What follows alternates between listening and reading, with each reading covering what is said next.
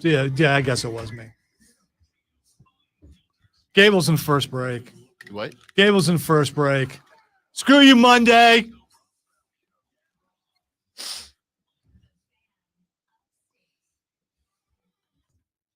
Yeah, screw you, Monday. Now we got a good start to the week, so welcome in. Rainy days and Mondays. It is a gross always Monday. Bring me down, like I did the fader there. You didn't fade it. You just ended it to give us some acapella music, and I'm here for it. Yeah, I felt like my version of Rainy Days and Mondays deserved to be, on the air more than the intro did. I respect that. Because whatever, bro. Yeah. It's a gross, ugly outside Monday. You know what that means for us, Lonzo? That means we just got to bring it more. That means we just have to be louder and more energetic than usual. Oh, I thought you were talking about after, because that's just the norm here. Is after you just go home and play video games because you can't go outside and do anything. But maybe that's just me. No, it's not. It's fair not. Am I? My understanding is this is the look we're going to get all week. It is. So it is. Am I dumping the money on Diablo this week since this is the look we're getting all week? Since there is plenty of adequate video gaming time, am I putting the money into Diablo? Is this the week I pull the trigger? See, I've seen the games you're into, and I want to say yes, because I would love, to play together. But I don't know. I'm worried that you will get into the game and go, this is not my kind of game. That's why I'm concerned. Have you played similar games like this? I don't know. Not really, honestly, but it's not like I'm not like anti that style of game. It's just, I just never got into them ordinarily, even recently. But you're seeing that it's popular and everybody else is playing. No, it's not even that. Okay. It's I'm down for the D&D-esque game.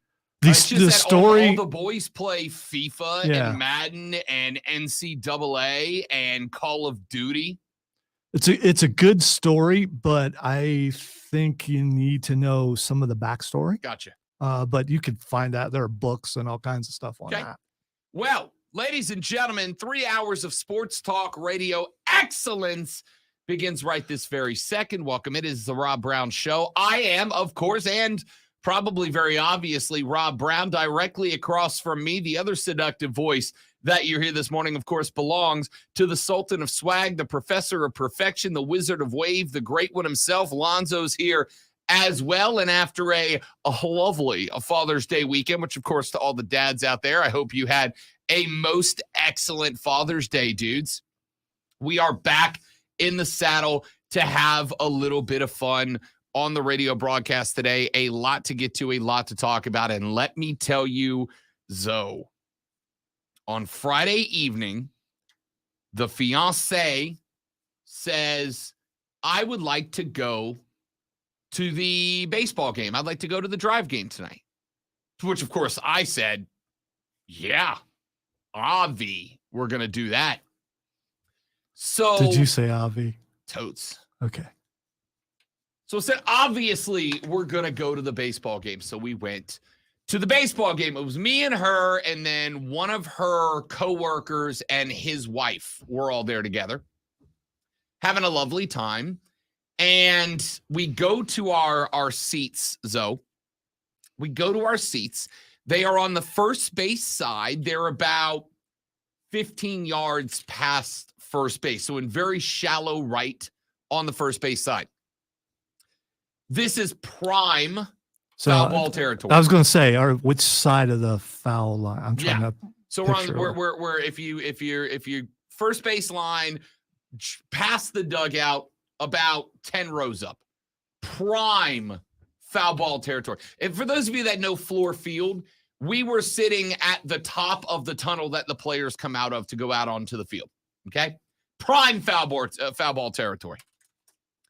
Now, I have said to y'all many times on the show, I have been to, in my lifetime, probably in the neighborhood of 70 to 80 Major League Baseball games. The overwhelming majority of them have been Atlanta Braves games from the early 90s till today. I have been to Houston. I have been to Miami. I have been to Tampa. I have been to Colorado. And I have been to, where was it? There's one more. I forget. It doesn't matter. I've been to 70 to 75, let's say, MLB games, that I cannot count the number of minor league games that I have been to. Between Greenville, Pensacola, Huntsville, Birmingham, Jacksonville, Gainesville, Columbia, I can't tell you how many minor league games I've been to. And despite the fact that I have been to, all levels considered, somewhere in the neighborhood of, I would guess, 150 plus professional games, I have never caught a foul ball or a home run. It's never happened. So you brought your glove with you? Nope. Lonzo says that because he knows, I feel like if you were a grown-ass man, you should not bring a glove to the ballpark. You said that about guys, but you're okay with kids doing it. Yep. I know that. But what about women? Yep, I'm good with that. Okay. So I'm just good with that. so just grown men. Grown-ass men. Okay. Not grown men, grown-ass men. All right? You'll have to explain to me later how I could tell the difference. So, let me say with this. I don't have an issue with kids bringing gloves and women bringing gloves. If you're a grown man, don't bring a glove to the ballpark. I've been to, I'm going to estimate, I'm going to go with a nice round number, 150 professional baseball games since I was a kid. Never caught a foul ball or a dinger.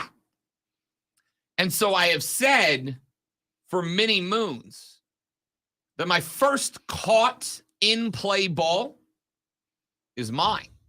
Is mine. Well, two things happened this weekend. Number one, three things happened this weekend. Number one, I don't know if you've seen the video because it's been going around everywhere on the social media and whatnot. But there was a video of a guy at a Major League Baseball game this weekend. It was at a Red Sox-Yankees game. Red Sox-Yankees, there's one out in the top of the third inning, and a foul ball is hit to the upper deck at Fenway Park. And a guy snags the rock. In fact, if you're not watching on the stream, now's a wonderful time to join because I'm actually going to roll you the clip. All right? Because I need you all to be here in this moment with me. So this is at Fenway Park, and it is it's a big game. Obviously, this is Yankees Red Sox. The majority of people that are in this stadium, Lonzo, yeah, they're there for baseball. This is Red Sox Yankees at Fenway, man. So Murphy's at the dish for the Yankees. He screams a foul ball deep out into left field, and it is caught, as you can see there, by a gentleman in the most dad outfit of all time. Gray hat, beige shirt, Levi Wranglers. My dude's having himself a Father's Day. All right? I don't know. Leave it right there from that side view. That's a dad, dude. No, I'm just saying the beard is a certain length. No, you would never wear that. Not even a little. But like me. I think you could look at it and go, That's fair. Possibly. Maybe that's why I'm so sympathetic of this. Okay. Maybe that's why. So you'll see the video. The dude catches the foul ball and he turns and he hands it to a kid behind him. Cute little kid. He's in his Red Sox shirt. Now, you'll have to explain to me why this kid who is, I don't know, how old is that kid, Lonzo? 7? 7 or 8, yeah. Kid's 7, 8 years old. You'll have to explain to me why at a baseball game at Fenway Park, he's got a damn cell phone in his hands. He's on the phone the whole time. In fact, that's part of the issue because the dude catches the foul ball, turns around, gives it to this kid who's on his cell phone, half paying attention. And what's the kid do? Excited that he throws it right back down. Sends the ball back onto the field. Now, this is my favorite part of the clip. After kid with a cell phone, half paying attention to the Yankees-Red Sox game, yeets the ball back onto the field. Look at the reactions. Bottom right corner is my favorite. Look at the dude who handed him the ball. Just back down devastated. It looks at the dad of the kid and gives him the old arms out to the side shrug of like, what the hell is that, man? Like, how have you not taught your kid what's going on here? Then there's Big Brother to the left of dad, who just looks at him, breaks down in a tantrum, and starts crying about it. Watch that kid. He is not happy, dude. He's like, yo! Of the older brother. We had a big league ball, to the dismay man. Of the older brother. Onto And the you're field an to the idiot. dismay of the onto the field to Dad. the Dad is, right back after down kid onto yeets the ball, field devastated. Right back Look at him, down Lonzo. onto the field to the He dismay of the sinks older back brother. into his That he chair. throws it right back down onto the field. That he throws because it now right back he's got down a few onto the things field to going the on. dismay. That he throws it Number one, right back down he's onto got to the explain that he throws to it the little kid who yeeted the ball, who, by the way, goes right back to the cell phone. Right back to the cell phone. He's got to explain to the littlest kid what he did wrong. All right, why everybody's upset. There's lots of here that I think you're looking at wrong. Kid on the cell phone is watching the broadcast of the baseball game, obviously, because he's so in tune, and he might even be doing that thing where you check off keeping score with the box thing. I don't know what that's called exactly. They have that so app on the excited phone that he now. throws it The other thing is that kid has been to the taught dismay since, of the older brother, as you see there. Since T-ball to throw the ball back, and so that's what he did instinctively. He's so it took over and he threw the ball throws back. it right back down onto the field He to just the did it because that's dismay of what the you older do brother, as you see there. when you learn how to play baseball. He's so excited that he throws it the right biggest back villain down onto here the field is to the the older dismay kid, of the older brother. because he's throwing a tantrum because he didn't get the ball, because he never would have thrown down it back. onto the field to The the dad- dismay of the the dad- older the dad brother. handles everything. He's so excited that he throws it I think the back small down kid is onto the field to the going to be dismay the of better the older baseball brother, player, as you see there. because he instinctively throws the ball back, because that's crying what you're and supposed to do. He's When the ball comes to you, you so throw it back. excited that You he just don't throws it understand right back down how onto that the works field to the with dismay kids. of the older that's brother, what you as you teach them see when there. they're younger. It's instinct. Throw the ball back. Throw the ball back. Throw the ball back. He throws the ball back, and now you're being critical of him. Yep. Right back down onto the field to the dismay of the older brother. He's so excited that he right back down onto the field to the dismay of the older brother. The dad as you tries see. to stop him. He's He's so like, no. excited that he throws. The dad sits back in the chair, and then he has an existential crisis because he realizes a lot of things all at the same time. Number one, he knows now everybody's like, oh man, like everybody in the and in fact, the clip we're playing has the news cry on at the bottom. But if you look, there's like three really pretty young blonde girls in the seats ahead of them. Look at even they know, they're like, no, what are you doing? All of them in sync. Look at the three heads turn in sync. Oh no, all of them. That's incredible. So then dad realizes, I got a few things going on. All right, I got to ask one more thing really quick. So who are they fans of? The Red Sox. And who hit the ball? Doesn't matter. It's a big league No. ball. Who hit the ball? The Yankees did. Right. You throw the ball back when the other team. Yeah, you absolutely do that. If it's you just want to be critical of this kid. He did everything right. No, everything. He's the only one who did everything right. The guy who caught the ball should have handed it to the girls next to him. No. Because you pointed out they're three pretty girls. Right. He should have pointed it. Right. He should have handed the ball to one of them. So here's the little kid did the right thing. No, you're wrong. You're right. That right there eliminates everything. Because if you want to have a conversation with those three pretty girls, the key is to give the ball to the kid. If I give it to one girl, I can now talk to one girl. If I give it to the kid, all three girls are like, oh, okay. He's a kid guy. All right. Dad has got to console the little kid because now the entire section just went, oh! So he's got to explain what went wrong. He's got to console Big Brother, who is just having an absolute tantrum after little brother throws the ball. And on top of that, we learned this later. I didn't know it at the time.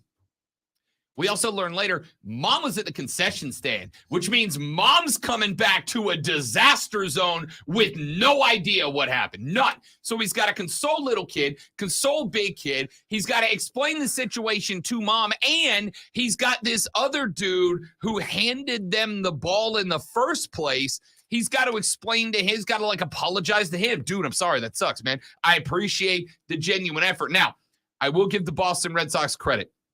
Here is the good news.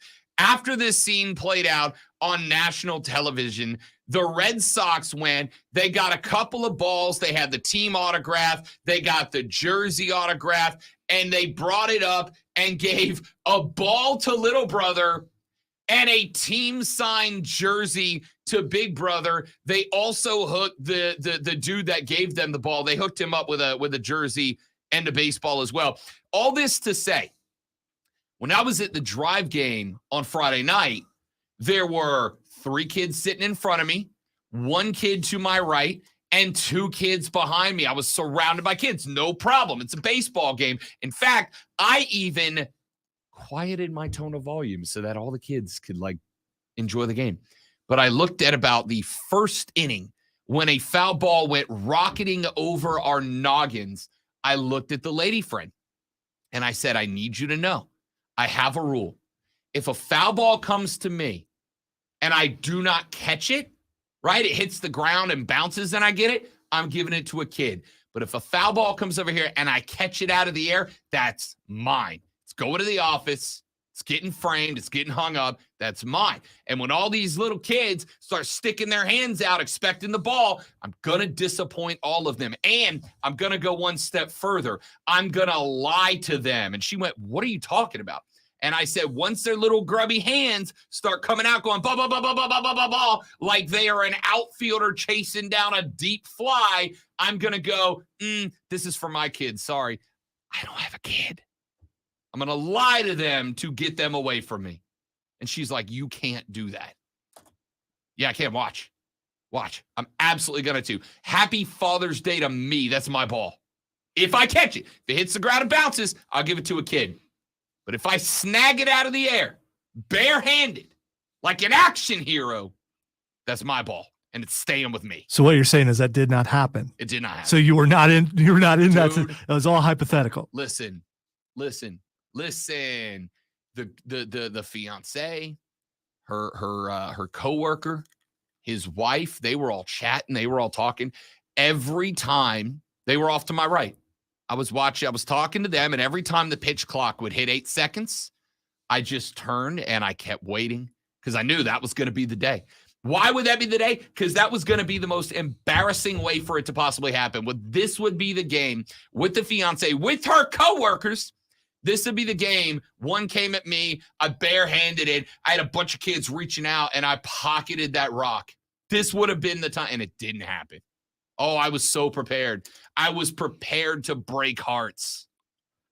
You know, you could do the old sleight of hand, just bring an old baseball with you, catch that baseball, and hand the old one to them. They're not going to know. How about this? How about all of you teach your kids that running up to a stranger with their hands out going, blah, blah, blah, blah, blah, is not okay. Unless it's Halloween. It's perfectly acceptable on and Halloween. By the way, for those of you that are hitting me on the text line with Rob, I'm not surprised because we know you hate kids. For the record, Rob Brown's house is full-size candy bar on Halloween house. All right? You come to Rob's house on Halloween, you're getting the full-size Snickers, son.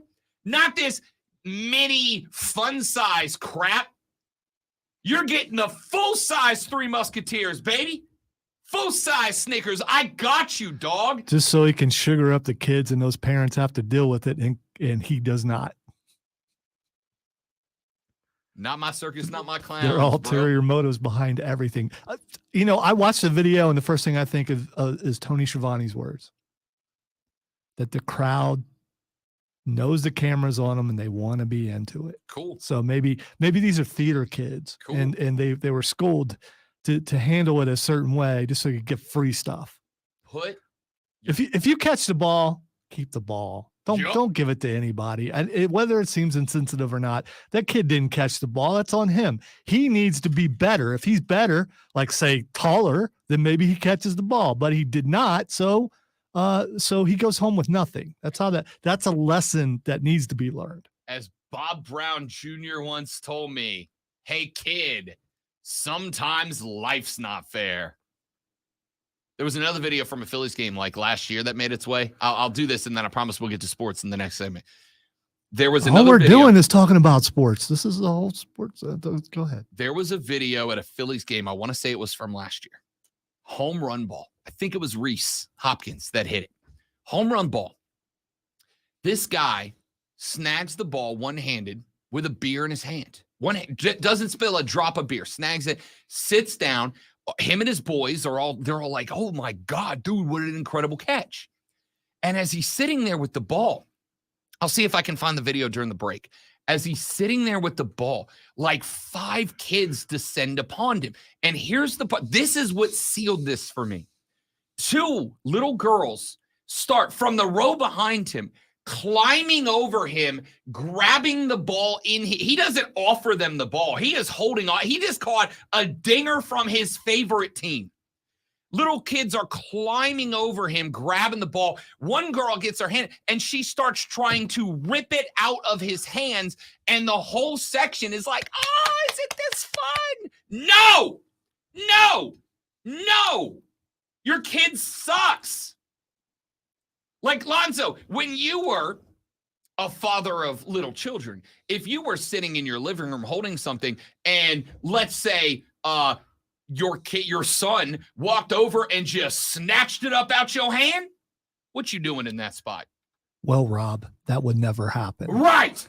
You know why? Because of what you would have done if it did. But at a baseball game, it's all adorable that these little girls are climbing over this guy, getting the baseball, yanking it from his hand. And this is my nightmare. Because what do you do in that spot if you're the guy? What do you do? Do you yank the ball out of the hand of a small child when the whole section's going, ah? Because I would. And I'd look at all of them. I got a kid, dude. This is going to my kid. I don't care about yours. This is going to my kid. Your heel voice. Would lie. Your heel voice right there was so genuine. It's not a heel. That's not a gimmick. It was creepy. I just wanted to push my chair back a little. Not a gimmick. I would have pulled back. I'd have stood up and been like, I'm sorry. This is mine. Bye. I'll see if I can find that video. Would you have chastised the parents? Like, is this how you teach your kids to come up and try? They'd have caught a stank eye like you wouldn't believe. All right. They'd have caught a stank eye like they ripped one in church. Just, come on, man. All right, let me take a break. Texas said, Rob, remind us how many trick-or-treaters you had last year. Enough, Steven, that the fiance and I had full-size candy bars in our house for a friggin' month. I got 0 trick-or-treater. Yo, we bought that was a good memory, Steven. It really was. 3 industrial-sized boxes of food. We bought an industrial-sized box of full-size Snickers, 3 Musketeers, Twix bars, had 0 trick-or-treaters at the house. I wasn't furious. I had chocolate for a month and a half. All right, we got to take a break. When we come back, we got sports. Texture says, Rob, I'm not giving a ball to a kid either. I am not alone. We are back with some actual sports after this on the Rob Brown Show in the Fan Upstate. Gables. All right, guys, got a live read. We'll be right back. Don't go anywhere.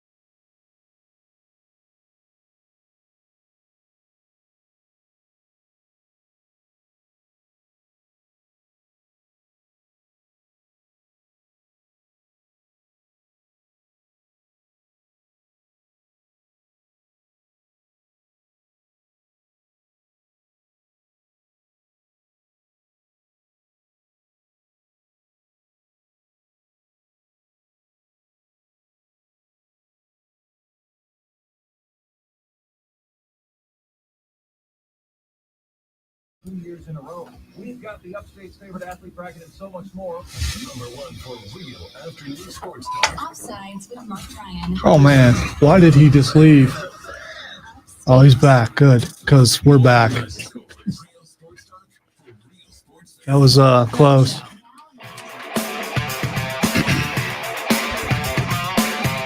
Texter said,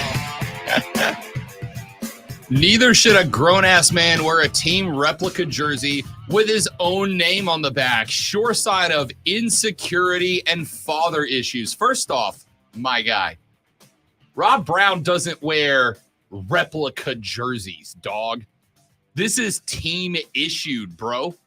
This is an ice-worn team-issued jersey that they then stripped a name off of to put mine on. And by the way, I didn't ask for it.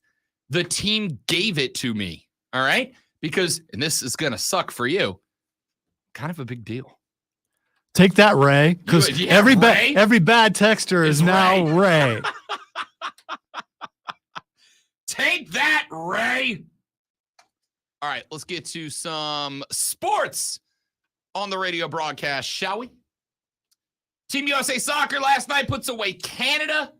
They end up winning the CONCACAF Nations League Championship. That is back-to-back Nations League wins for the Americans. And less important, but still mucho importante, Valerian Balogun scored his first goal for the U.S. Chris Richards got a header from Gio Reyna that he guided expertly down and away from the keeper and in. Just a handful of minutes later in the first half, Balogun received a gorgeous through ball from Gio Reyna, who was a standout star in last night's championship competition en route to a 2-0 victory. And I'm going to say this.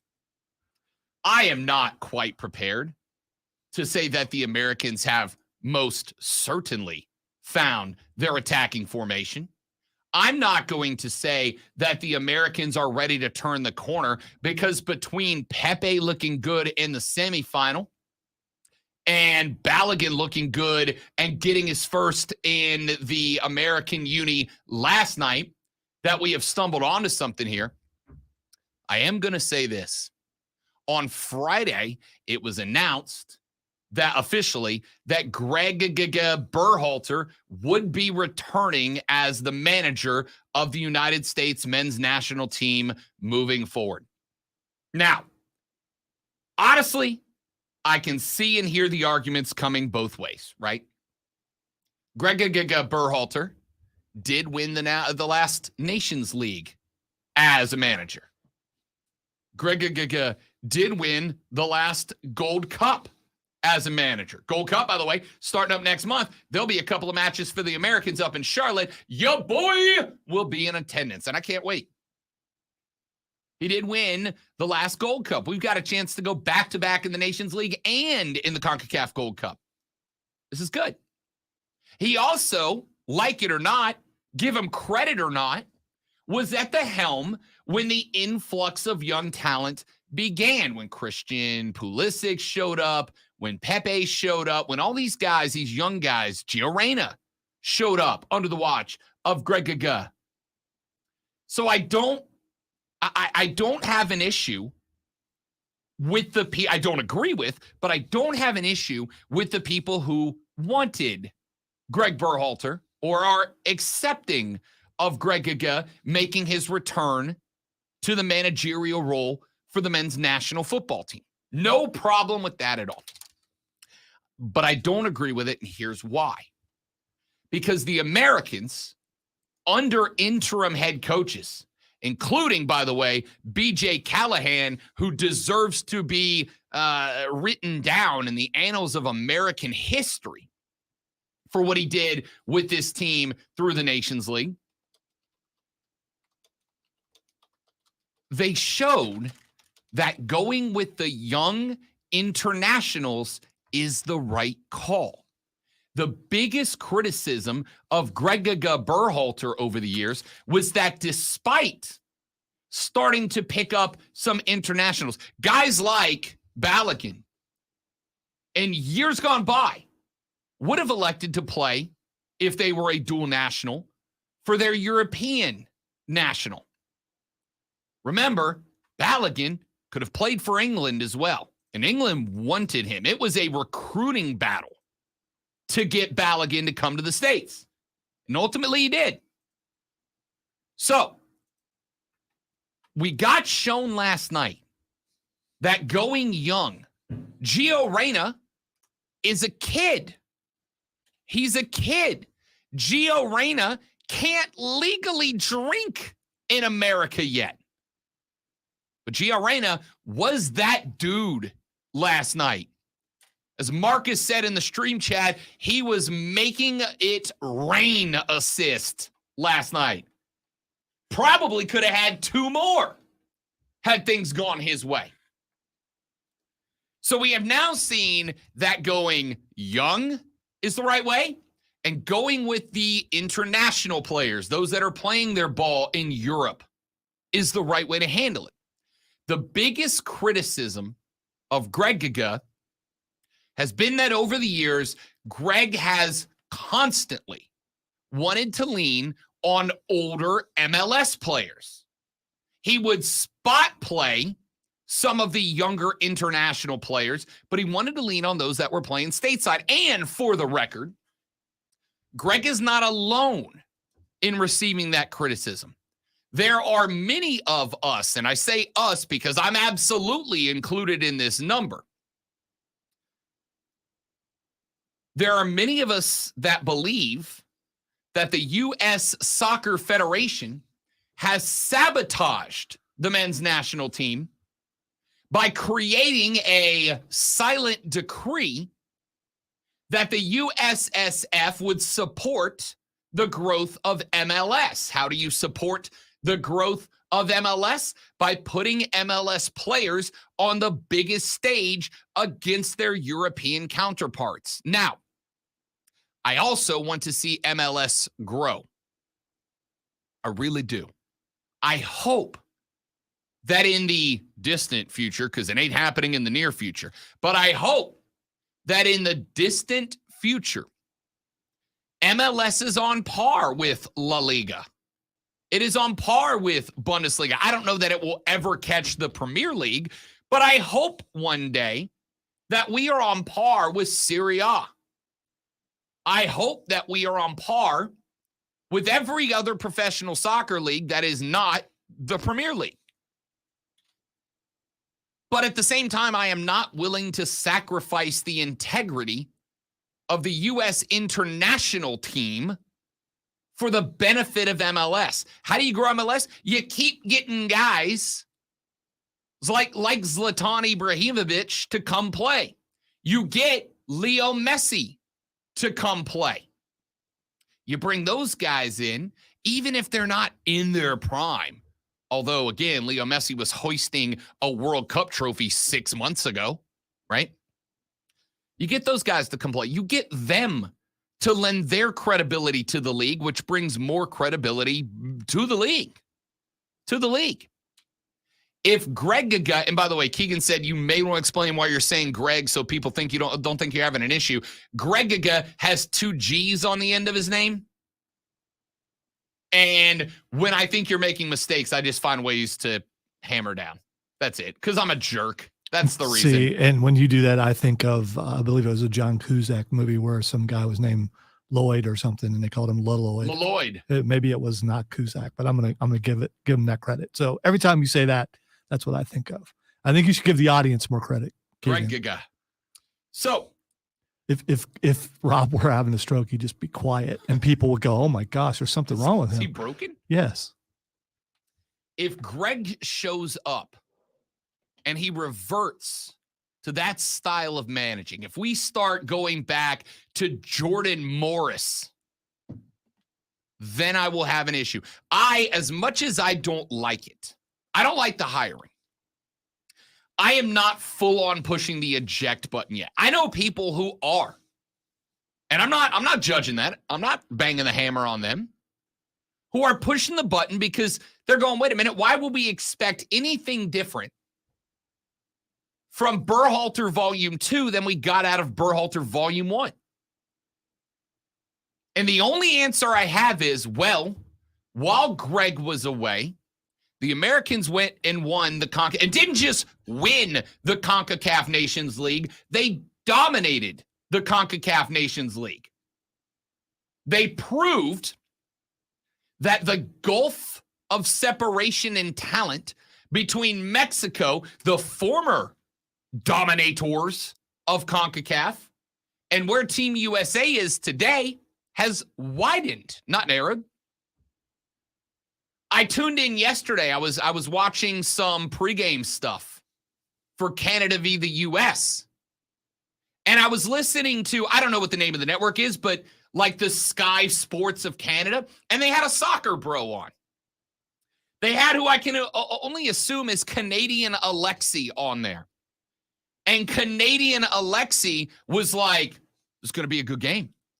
The Canadians are ready to prove that they are the masters of CONCACAF now. The Canadians are ready to prove with guys like Alphonso Davies, like they are ready to prove. We are ready to show that CONCACAF now belongs to the great white north. And then the Americans went out there and for 77 of 90 minutes dominated the Canadians. The Canadians started throwing everybody forward with about 13 minutes left to play, down a couple of goals, and the Americans still did not concede. Matt Turner was on an A game last night.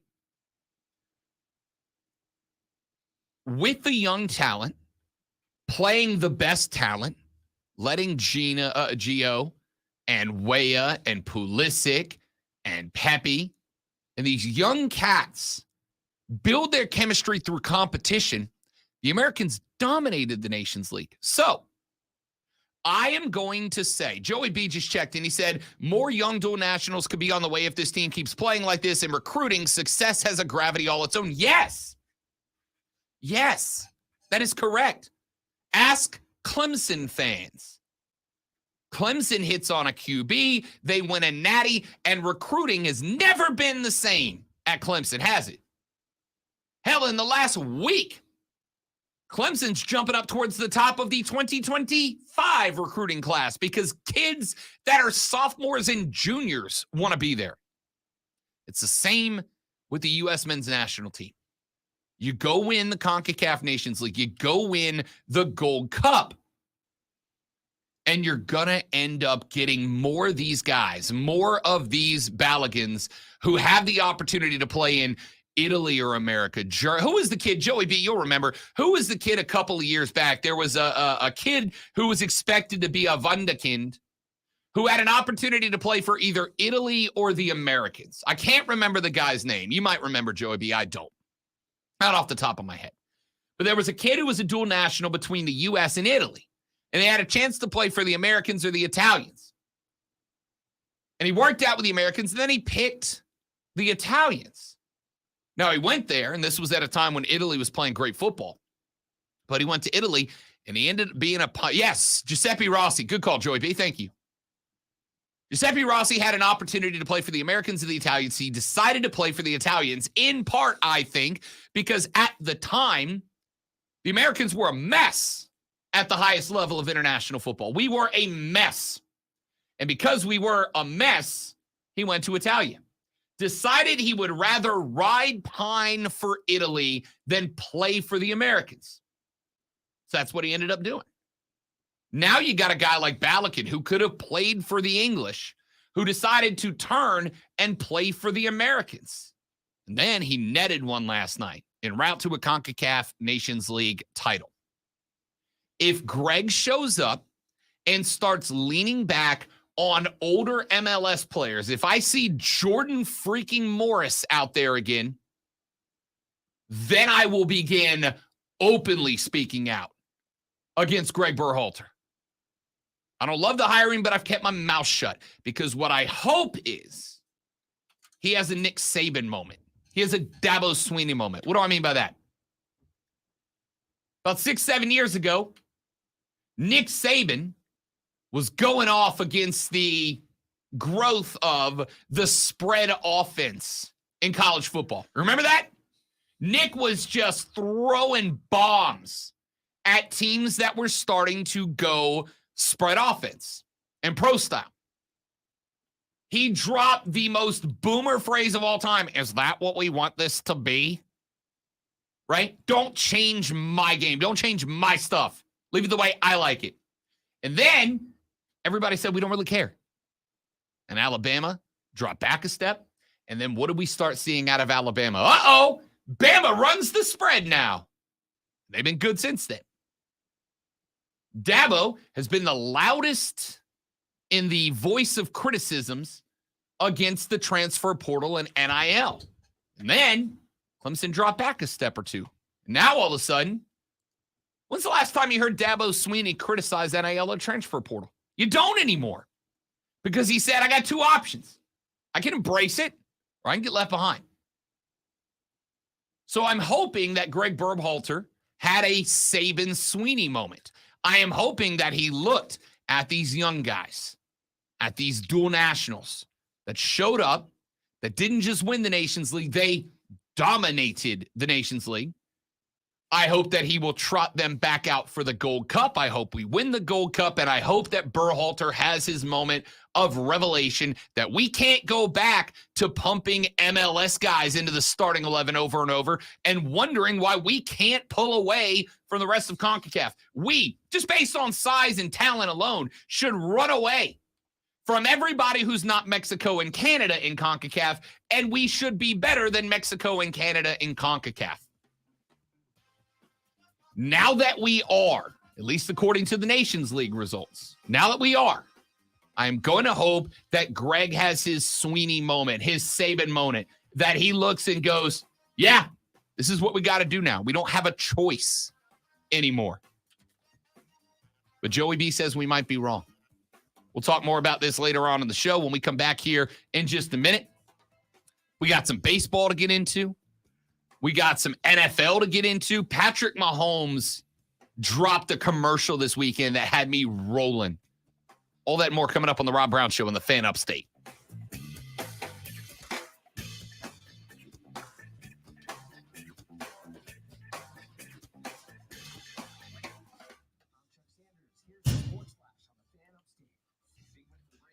There's a big black metal thing under here. I hear it. Yeah, and I'm trying not to hit it on the air.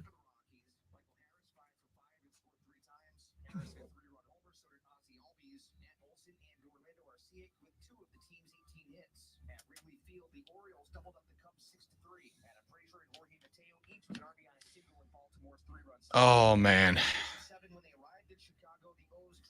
Joey B, I just looked at the Gold Cup roster. You're right. Apparently, we're just going to go right back to it. 16 of the 23 players come from Major League Soccer, 2 from England, 2 from Italy, 2 from Mexico, and 1 from Netherlands.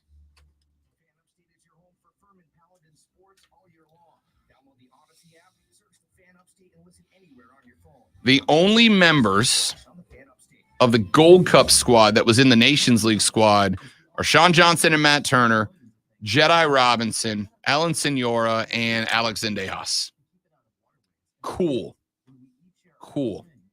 Bring in the B squad. Love it. Why would we build momentum when we could bring the B squad?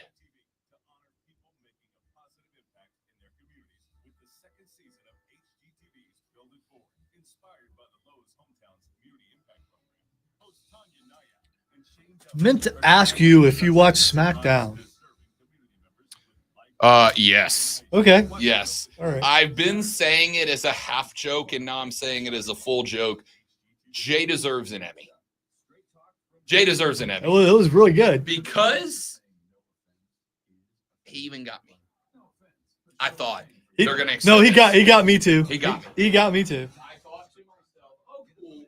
We're going to extend the breakup another couple of months. This is them pushing this all the way to SummerSlam. That's what this is. And we're going to get our big moment at SummerSlam. Then he said, and so am I. And I was like, oh. I was watching it Friday night. So Roman's acting incredible. And that sell on that super yeah. kick Yeah. was unbelievable. It was. So, when Jay dropped that moment, spoiler alert for anybody who doesn't watch SmackDown, that's on you. Friday night, I was, what did we do? Oh, we went to the baseball game Friday, so I didn't get to watch it live, and we got home, and the lady friend and I went to bed at like 11:30, and I was like, you know what?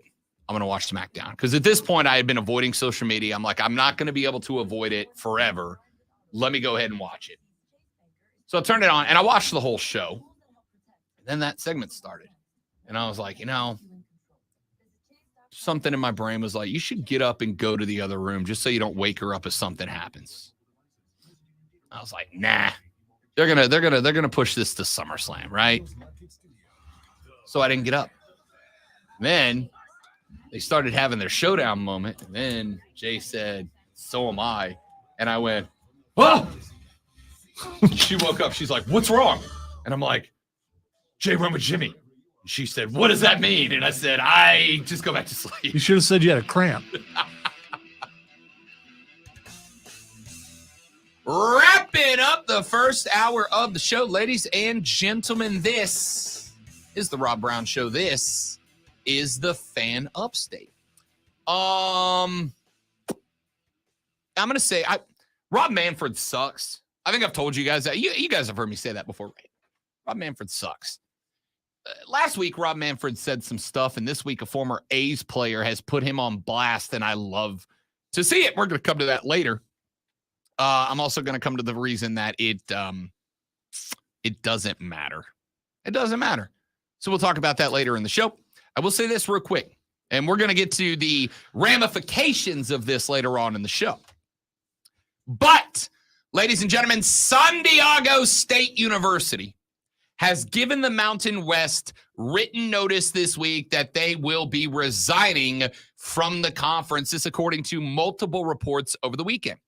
University President Adela de la Torre initially sent a withdrawal letter dated June 13th. Per those reports, sparking a debate within the Mountain West and prompting de la Torre to note that the June 13th letter was not an official letter of resignation. Additionally, the school has requested a 1-month extension from the Mountain West to delay its deadline given, quote, unforeseen delays involving other collegiate athletic conferences beyond our control, end quote.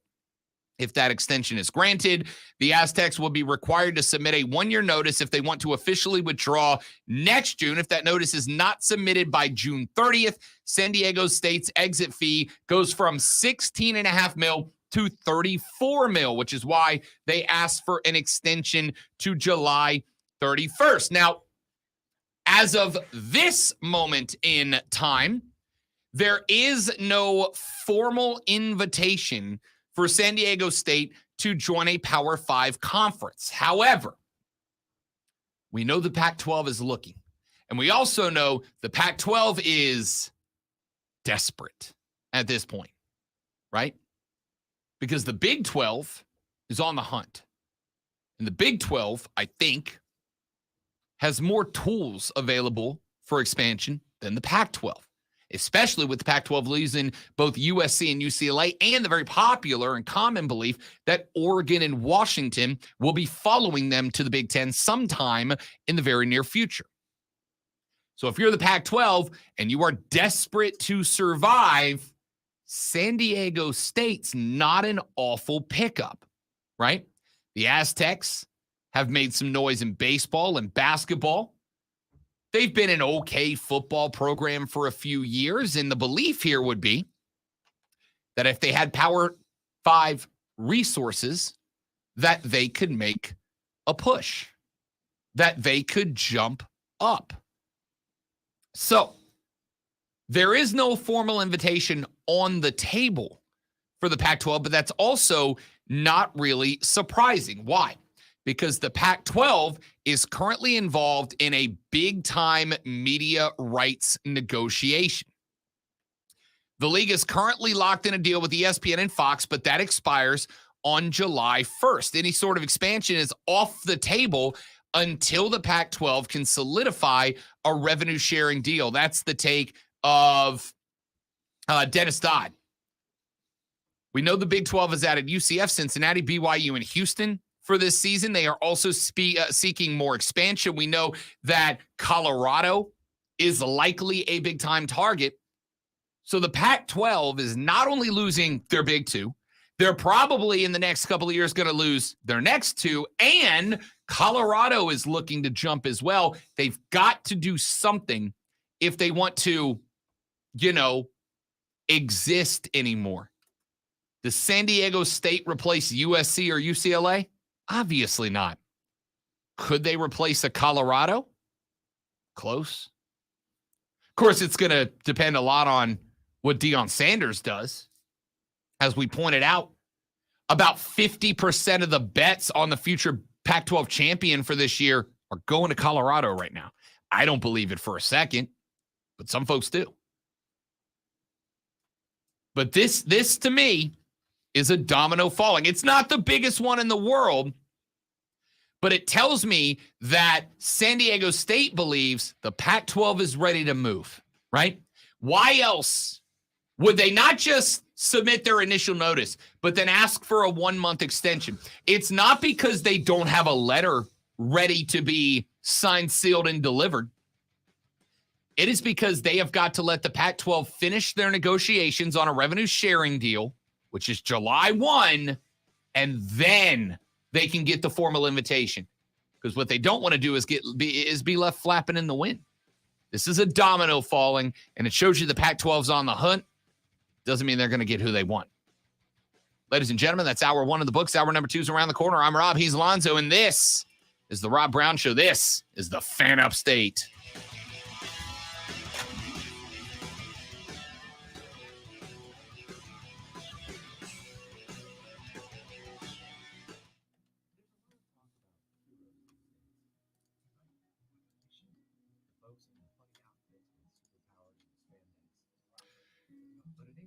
Love seeing the boys together again.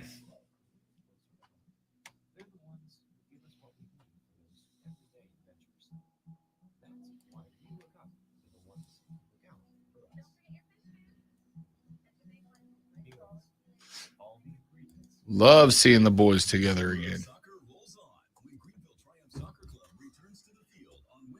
Well, San Diego State absolutely has potential. And right now, that's the only thing the Pac-12 is gunning for. Visit TriumphTix.com. That's TriumphTix.com for tickets, special discount packages, group outings, and more. Triumph Pro Soccer is back home again Wednesday, June 21st at 7:30 p.m. Join us on the 21st and make your week triumphant. Spring is here. Time to get those spring projects started. But before you stick that shovel in the ground, remember to always call or click SC 811 before you dig. South Carolina 811 is a call before you dig service that you can use to have your underground utilities marked at no cost to you. Simply call 811 or visit sc811.com and submit a locate request. Wait 3 full business days, excluding weekends and holidays. After that, you're free to dig. Know what's below. Call 811 before you dig. Sponsored by South Carolina 811, SCBA, and this station. At Fisher Investments, our clients know we have their backs. How do your clients know that? Because Fisher Investments is a fiduciary. Definitely a way to go, Roger. Advisor. It means we're there for our clients and always put their interests first. So wait, you do it because you have to? No, we do it because it's the right thing to do. Our clients trust us with their retirement savings, and we know how important that responsibility is. So we take the time to really get to know them. Get to know them how? We make sure we understand their unique goals. I would say after the show, I'll go into my office where there are no windows, and I'm okay with that. And wouldn't be able to tell it's raining, but for some reason we can hear the rain in our office. I think well, I know why, because we're close to engineering where the ceilings are all higher. And there's a ladder, so you can hear when people go up on the roof, which I don't think they'll do today, but you never know.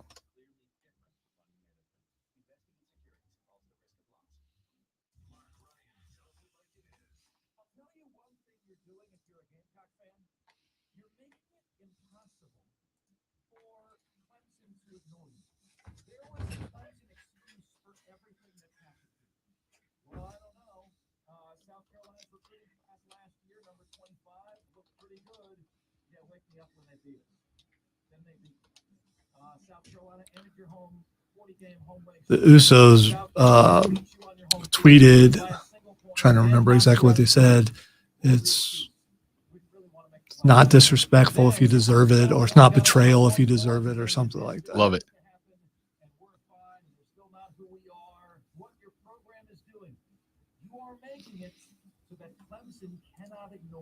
Number one for real afternoon sports talk. Offsides with Mark Ryan. 3 to 7 on the Fan. They could get them back together if one of them talks to Roman and goes, "Hey, I will be forgiven if you just get rid of Paul Heyman." Somebody made the conspiracy theory.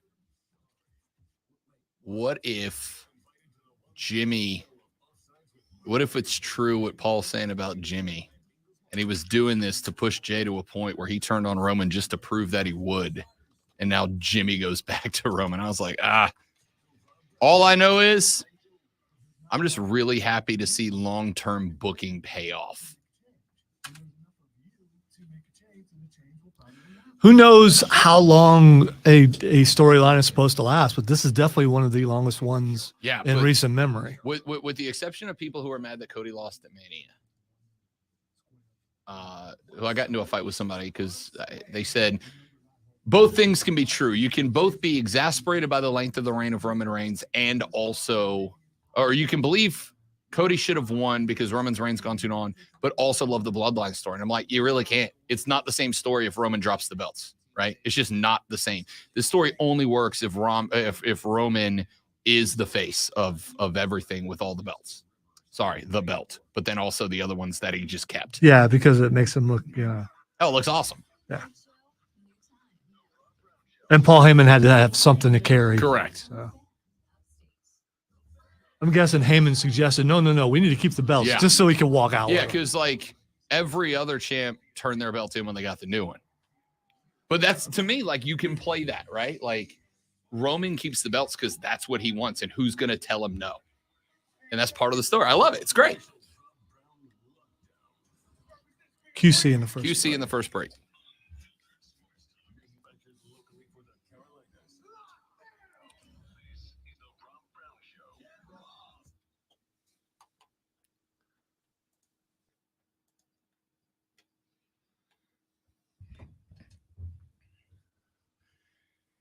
Our numero dos of the Rob Brown Show starts now. Welcome back, ladies and gentlemen. This is the Fan Upstate. I am Rob. He is Lonzo, and we are glad to have you guys with us on a not-so-beautiful upstate Monday morning.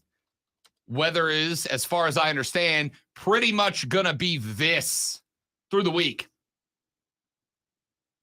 which is... I mean, Lonzo, I'm turning into an old guy day by day. Yesterday, the lady friend and I had a Sunday off. We had nothing to do. And I got very excited by that. And then she said, what do you say we spend Sunday morning and early afternoon doing yard work? And I went, that actually sounds real nice. What? No. So we did. Yeah. See, I wish that I could have done that. I would love to have done that. I hate yard work, except for yesterday when she said, can you go weed whack the garden beds that border the house? And I was like, yeah, I can. Then this morning, I get up. I'm getting ready for work. I go out into the kitchen to take my fiber supplement and my vitamins because, again, I'm aging like that last scene of Saving Private Ryan when what's-his-face is looking at Tom Cruise's or Tom... What's-his-face? Yeah. Matt Damon is looking at Tom Hanks' character's grave, and he's young Matt Damon, and then he, like, morphs into old Matt Damon. Like, that's me. I got up. I got dressed. I went to the kitchen. I took my fiber supplement. I took my old guy vitamins. And then I stood in the back window. And the lady friend walked into the kitchen as she was getting ready for her day to start And I'm looking out the window at the rain, and without even like in that really dramatic, without even turning to look at her, I said the words out loud. We needed this. That's not being old. That is the oldest. No, it's not. The only thing that is older than that is get off my lawn. I disagree. We needed this means that you're adult enough to understand. Yeah, old. That your peppers can't grow without water, Rob. It's all about your peppers, man. That is literally the argument right. of why I'm getting old. Right. It used to be. No, this has nothing to do with age. This has to do with salsa. I mean, come on. It used to be if I'd wake up and I would look outside and I would see rain, I would be like, oh, man, can't go do anything. Don't do that, Ryan, because now he'll just keep looking in the camera. I don't need to look, buddy. The gray hairs are right here. He trimmed the beard some because it was down, and the white ones were like very obvious. Yeah, they were.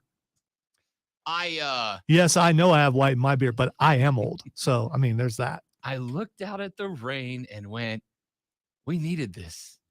And then I just stood there with my. What was her response though? Nothing. She just left the room because I think when we started dating multiple years ago, Rob Brown was still like spontaneous, right? She'd come home from work and I would go, get in the car. And she'd go, why? And I'd say, because I found this cool thing in Hendersonville, North Carolina, we're going to go do. And we would just go. And now I'm the dude who stares out the window after a day of weed whacking, because that's what we decided to do on a full Sunday fun day. We didn't get up and go get bottomless mimosas like we used to. We didn't get up and go out and watch baseball at the bar like we used to. No. I spent 3 hours weed eating an entire lawn, and then I said about the rain while I drank my fiber supplement infused water. We needed this. 3 hours. Were you being really meticulous? Did you turn the thing down to get the edging and all that? Listen, not only did I, but I perfected it. And then, right? We get done. I finish using the weed eater to wedge the walkway that takes you from the driveway, the sidewalk that goes from the driveway to the front door. I looked down at it and I went, that looks good. And she walked over. And do you know what I said next? Again, younger Rob would have said, you know what you can do for me? No. Do you know what Rob said? I said, you know what you can do for me, babe? And she gave me that look like, oh, God, please don't make this weird. And I said, you can get me an edger. And she just stared at me. And she said, that's hot. And I was like, no, that is not the right response. She said, why? And I said, look, I edged the whole driveway. I edged the sidewalk. I edged the back patio. We got a big back patio driving area or parking lot area. So I edged all that. I said, and I did it with a weed whacker, which means I had to turn the weed whacker upside down, which means you have to hold it like this. See, that's why I was asking. A lot of weed eaters, you can turn the head. No, we don't have that. To make the edger. Nope, we don't have that yet. But I said, you know what you can get me for Father's Day? An edger. And she said, if I get you an edger,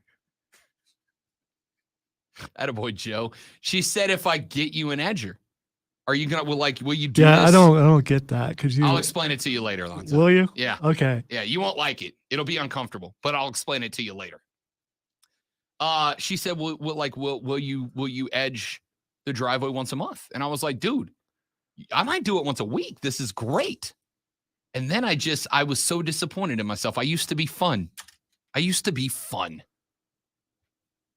So a well-manicured lawn is automatically you're old and no fun. Yes.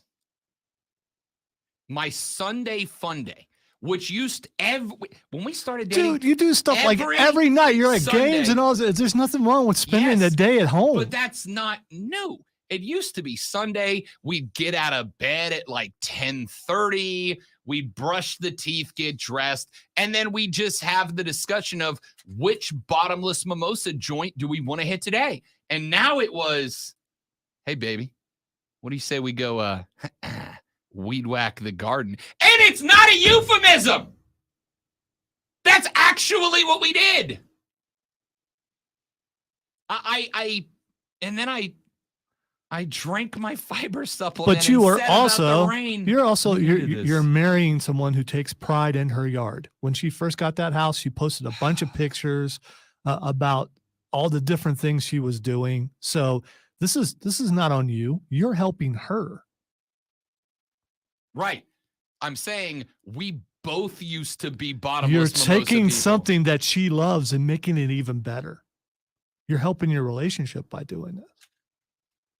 But we used to make our relationship better. I would say by you're growing as a person. Yeah, aging. Aging is the word you mean. We used to hop in an Uber, go to the restaurant, get brunch, knock back a few mimosas, get in an Uber back to the house, and then nap from like 2 to 5 in the afternoon, and then get up and just drunk watch TV. I don't know if it's a matter of age or a matter of changing perspectives. What you come to appreciate sometimes changes, and it could be from when you're 17 to 18. What you come to appreciate changes. As you age. I mean, have you looked at Winnebagos yet? No. All right, so you're good. You're good. I have this urge to look at Winnebagos, and so you haven't reached that yet. For the record, RVing sounds incredible. It really does. Okay? It shouldn't though. It shouldn't though. No, I know. Yeah. But then you get old and you go, what if we bought an RV? Where will we park that? Where will we drive that? Yeah. What if we bought an RV? See, again, now we're at the phase in our lives where we're like, hey, next weekend, let's put the dog in the boarding center. Let's just buy plane tickets. Where? I don't know. Pick somewhere. Let's just buy some plane tickets and go. And now we're like, what if we didn't do that? What if we stayed home and did yard work instead? Oh. Well, you will be going somewhere in a couple weeks. See how weeks. I'm gone Thursday. Oh, is it this week? Yeah. I thought it was next week. Yeah. Oh, but this week. Okay. But this is for a wedding. Yeah, but I get it. I'm not going on vacation. But you're flying there, right? Yes. So for a wedding. So I don't get to go. No. What I'm saying is, you talked about just flying somewhere. You're going to fly somewhere. See how you feel when you're there. If you wish you were home. It's no. Yeah. Okay. Now, yeah, in fairness, and don't tell. Don't. No. You don't need to do that. If you're anywhere and you wish you were home, then you're truly old. That's the thing, because we're going to a wedding that it's the fiance's best friend, and I want you to understand that I am trying to stop you. I know you are. I don't care. I will. I constantly get myself in trouble for you people's entertainment. Okay, this is what's going to happen. We're going to fly there. It's the fiance's best friend, Cindy. She's a doll. I love her. She's one of the sweetest people we ever met. She went above and beyond in helping me with the engagement up in New York City. Like, she helped me pull the whole thing together, because that's where she is, in Connecticut. So we're going up there, and the lady friend is like diving in to help. It's, of course, she's helping with the wedding. It's her best friend. She wants it to go off with a hitch, and I get that, which also means that I am basically free labor, right? And I'm 100% fine with it. Whatever I can do to make her happy, I'm going to do it. I'm all in. But this is not a vacation where I'm going to be like, let's go find some Connecticut breweries. Let's go try Connecticut pizza. Let's go see what I don't know what Connecticut's #1 tourist attraction is, but let's go see that. WWE headquarters. Can't go in anymore. Titan Towers is locked down. Can't even do that. Oh, we needed this. Shut up, old man. Texter said it's called adulting in priorities. Dude, I have adulted and done priorities my whole life. It hasn't stopped. See, this is the thing about my life. Adulting and priorities doesn't stop me from having bottomless mimosa Sunday. Turns out you can do both. But now I'm not. Here's how I know I'm old. Texter said, Rob, I'll sell you a whole electric Ryobi set, mower, edger, weed whacker, and blower for $150. And my first reaction was, I need to check the Google reviews on that. Maybe that sounds like a good investment. See, my first reaction was, why are you getting rid of it? Were you unhappy with it? Or what's the battery life on that? And does the battery switch from one thing to the next? Because is there a backup battery? And my immediate reaction, and I don't think that has to do with being old. I think that has to do with preparation and all that kind of stuff. Not talking about age. I just had the thought of, sounds like a good investment, right? Why spend $150 on just an edger when I could get the whole, and my equipment would all be matching. Not only do I have all the equipment, it all matches each other. Yes, boy. Do you already have a spot picked out in the garage or whatever where you would actually hang and place all those? I installed that spot. Okay. All right. I built that spot to hold the equipment I wanted it to hold in the shed. Because I'm 100. Patrick Mahomes is my guy. All right. I'm not disrespecting him. Because no, you go ahead and do that, Rob. You go ahead and do that, and I'll be buying me another hat next year. Actually, it'll be this year. Why not? The National Football League does not allow players to endorse beer. They're not allowed. They can endorse pretty much anything else. Cars, mattresses, jewelry, but they can't endorse brewskis. Yeah, alcohol, probably not something he should be endorsing right now after, trying to hand a trophy away to some random. I found out, turns out that was a replica. It was a replica, yeah. but still. Question was, did he know that? Yes. Look, these people are adults. If my homies can make a few extra bucks selling some Coors Light beer, go for it. It's not Mahomes' job to do anything other than make that cheddar, son. But he's not allowed to per the NFL rules. Well, tell me he didn't let his brother do it. No. Because that really would be a mistake. God, no. Instead, a commercial came out starring Patrick Mahomes that opened with a voiceover guy saying, recently, we tapped Patrick Mahomes to be in a promo for Coors Light beer. Turns out we overlooked the fact that he can't actually promote Coors Light beer. So instead, he spent the whole commercial with a guy in a fursuit promoting Coors Light Bear, the most refreshing beer on earth.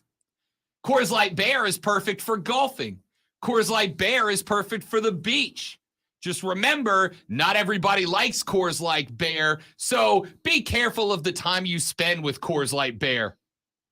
And it was just Mahomes grilling and playing golf and sitting on a beach and hanging at the bar with a bear, promoting Coors Light Bear.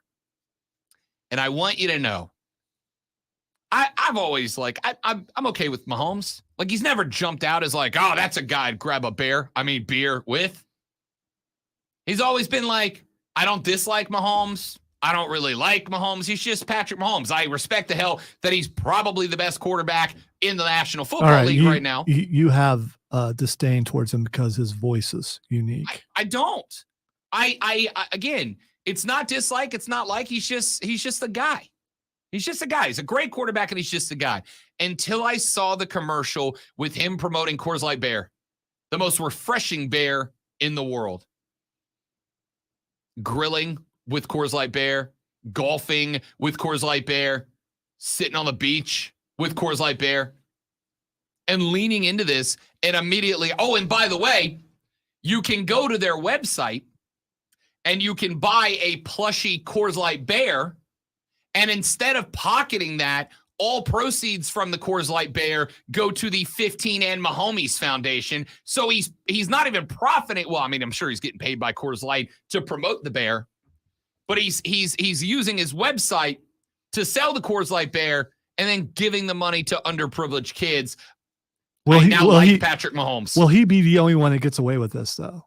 Because I mean, now other people are going to try to do this. They can try, but like, you can't. This is one of those cases where you can't top the OG, right?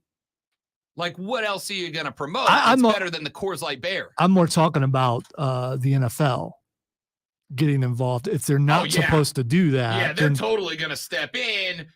But as the kids say, the deed is done, my guy. That commercial's out there. Patty got paid. He's donating a bunch of money to charity. I hope we find out it was all Andy Reid's idea, because that would just be hilarious. It wasn't, because he didn't have a little mustache on in the commercial. All right, let's take a break. The Bear or Patrick Mahomes? Either. When we come back here in just a minute from right now, we have got a few more stories I want to run through, but we're going to talk some Carolina Panthers. Why? Because over the weekend, Pro Football Focus, which is a site for the record that I like, not overwhelmed, but I like, they dropped their league-wide rankings for different position groups around the National Football League. And the Panthers' offensive line is ranked towards the top of the NFL, and no other group is. Did Carolina just get disrespected? We'll talk about that when we come back. I'm Rob Alonzo. It's the Rob Brown Show. This is the Fan Upstate. All right, guys, got to read. We'll be right back. Don't go anywhere. Stick around.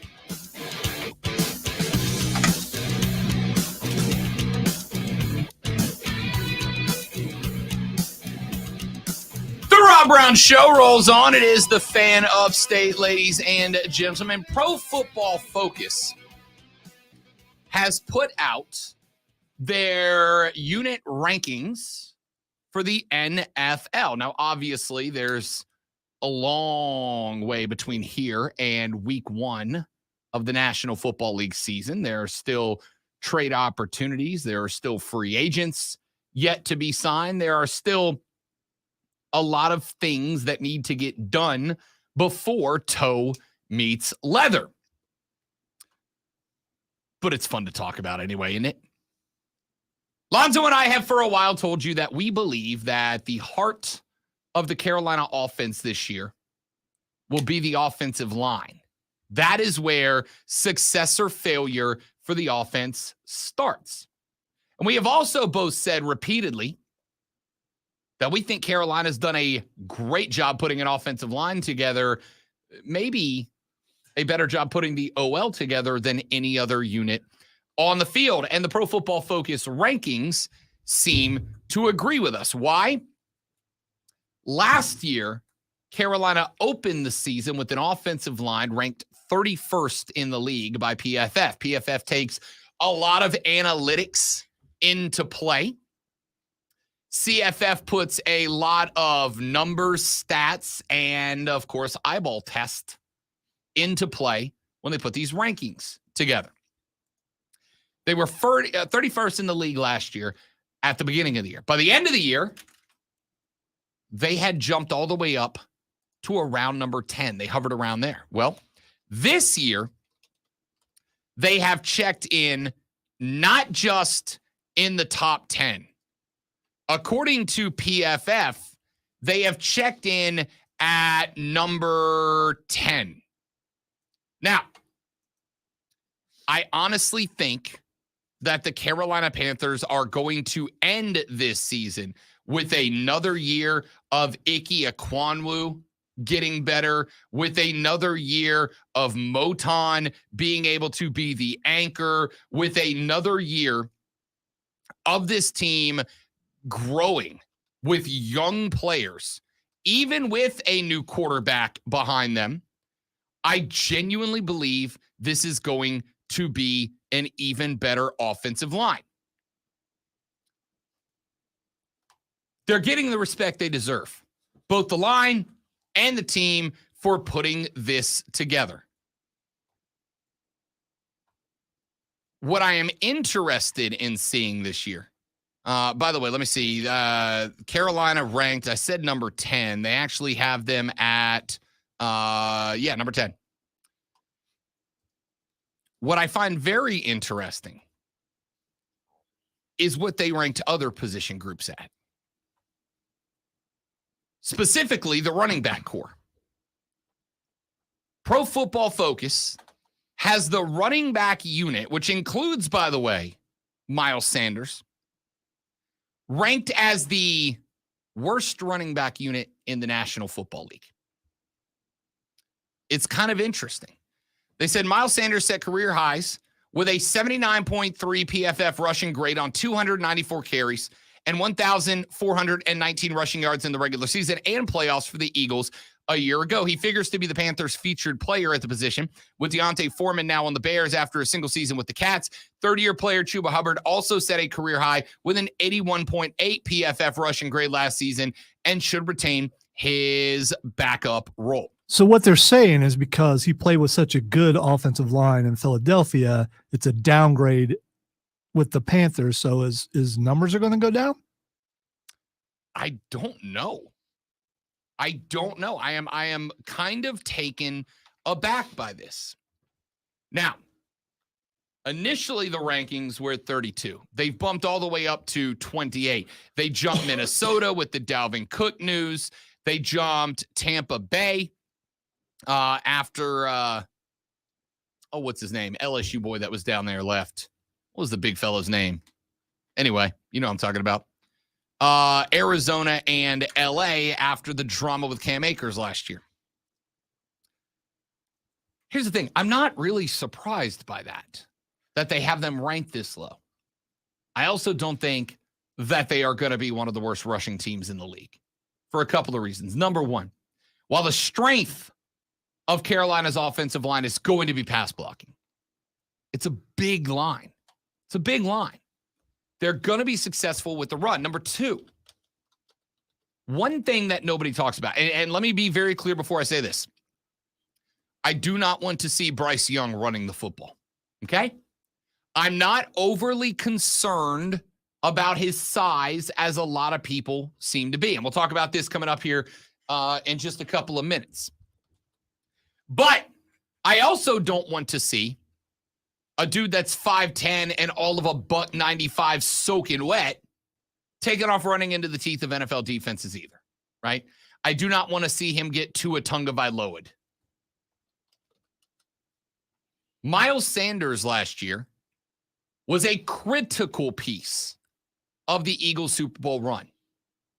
Is Miles Sanders as talented as Dalvin Cook? Probably not. Probably not. He's also not a guy that I have a bunch of concerns about. He is 26, which means that with a contract, he's done by 30 in Carolina. Good. Dalvin's 28. He would not be if he gets the deal he wants. Chuba Hubbard is a good power back. And Raheem Blackshear, who will go into the year number 3 on the RB chart, is a really good pass-catching running back out of the backfield. I don't think Carolina is going to threaten for the league rushing title this year. All right. I just looked up the 2022 rushing record rankings, and they're like around 20. So they got worse? Carolina? Yeah, at rushing. No, I think they got better. And that is why I think a ranking, depending on what week you looked at, between 28 and 32 is kind of ridiculous, right? Now, would I say they're top 10? Probably not. I would put them maybe 13, 14. What do they have to be to have a winning season and win the NFC South? Do they need a mix, or do they need to be what they have been forever, be a running team? I think you've got to throw that out the window. I think you got to, I hate this expression, but I'm going to use it. I think you got to let Bryce Young cook, right? If you named BY QB1 in OTAs, which they have done, then I think you are telling the league, this guy figured it out, right? And faster than a lot of rookies do. He got it together. I want Carolina to open up the offense this year. Now, that brings us, Lonzo, to the other ranking that shocked me. The Pro Football Focus rankings of the wide receivers. Adam Thielen, Laviska Shenault, DJ Chark, Shi Smith, TMJ, Hayden Hurst at the tight end spot. PFF ranked the wide receiver core of Carolina, Zoe, 31st in the league, second to last. They wrote, quote, "You could make a case for the Panthers being ranked last on this list, but I wanted to give some respect to veterans Adam Thielen and Hayden Hurst, who have been added to this group to at least elevate this receiving core floor. Terrace Marshall Jr. could be in for a big season, which would be huge for them. Plus, I have a lot of faith in rookie Jonathan Mingo, especially in the second half of the upcoming season once he gets his feet wet. They also have DJ Chark to stretch the field for them if they open things up. It's one of the least appealing groups on paper, but it might not be as hopeless as many think." All right. I don't entirely disagree with that opinion on the receivers for the Panthers. You got a couple of older guys, you got some unproven guys, and you have a rookie quarterback. That historically would mean the Panthers are going to lean on the run more so than throwing the pass with a rookie quarterback back there. And you got guys who are third or fourth receiver on other teams on this team. So we have talked about when Dalvin Cook got cut, bringing that guy in. And I said, yo, hold up, wait a minute. Take a break. There's other places that you could invest. Now, the bad news for Carolina is that if you add another wide receiver to the group, right? DeAndre Hopkins, for instance, he's not coming to Carolina. But let's just theoretically say he was in the mix. You got to get rid of somebody. Likely Shi Smith is the victim there, right? But you kind of have to if that becomes an option. And you kind of have to if that becomes an option because you don't have a number one. You made a big splash for Adam Thielen, and I like Adam Thielen as a number 2 wide receiver. He is not a number 1 wide receiver, not north of 30. Can Terrace Marshall be a number 1? I don't want to say yes because, again, I like TMJ. Covered him when he played at LSU, obviously, in the SEC.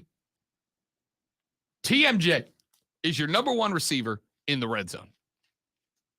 In the red zone, TMJ is absolutely a number 1. He's a weapon. He's big, he's tall, he's physical, but he's not a down-the-field threat. That's why they brought in DJ Chark. Laviska Shenault.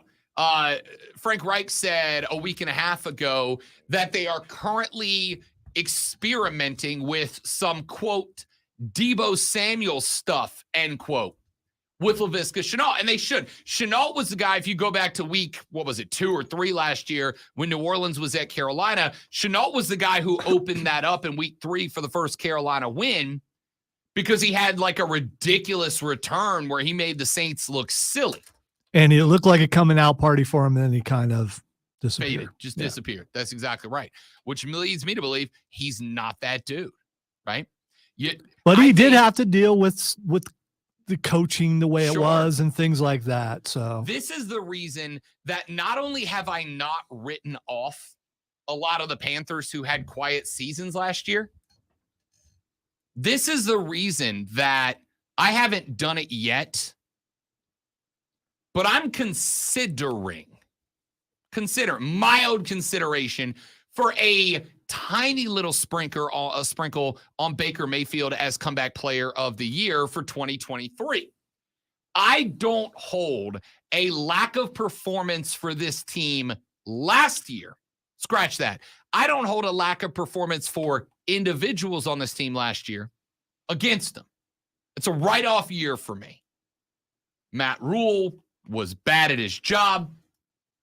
On the flip side, you got Steve Wilks, who, again, I like Steve Wilks, but Steve Wilks wasn't a guy who was going to come in and fix the offense that Ben McAdoo was running, right?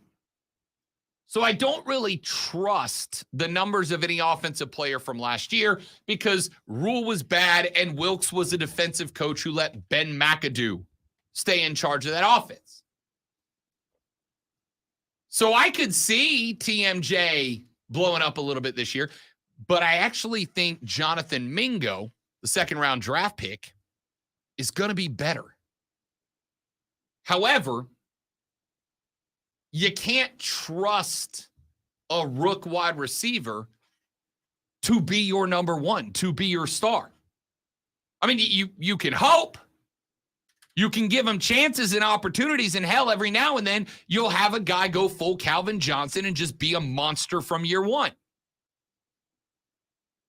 But that doesn't mean that you build your offense around it.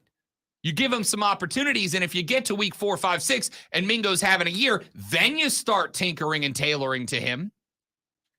But you got to let him do it first. To me, every time I hear another Carolina pod or hear another host talk about it, everybody's saying the same thing. Carolina's got to go find another edge rusher. Carolina's got to go find somebody to line up opposite Brian Burns. And again, I don't disagree with that.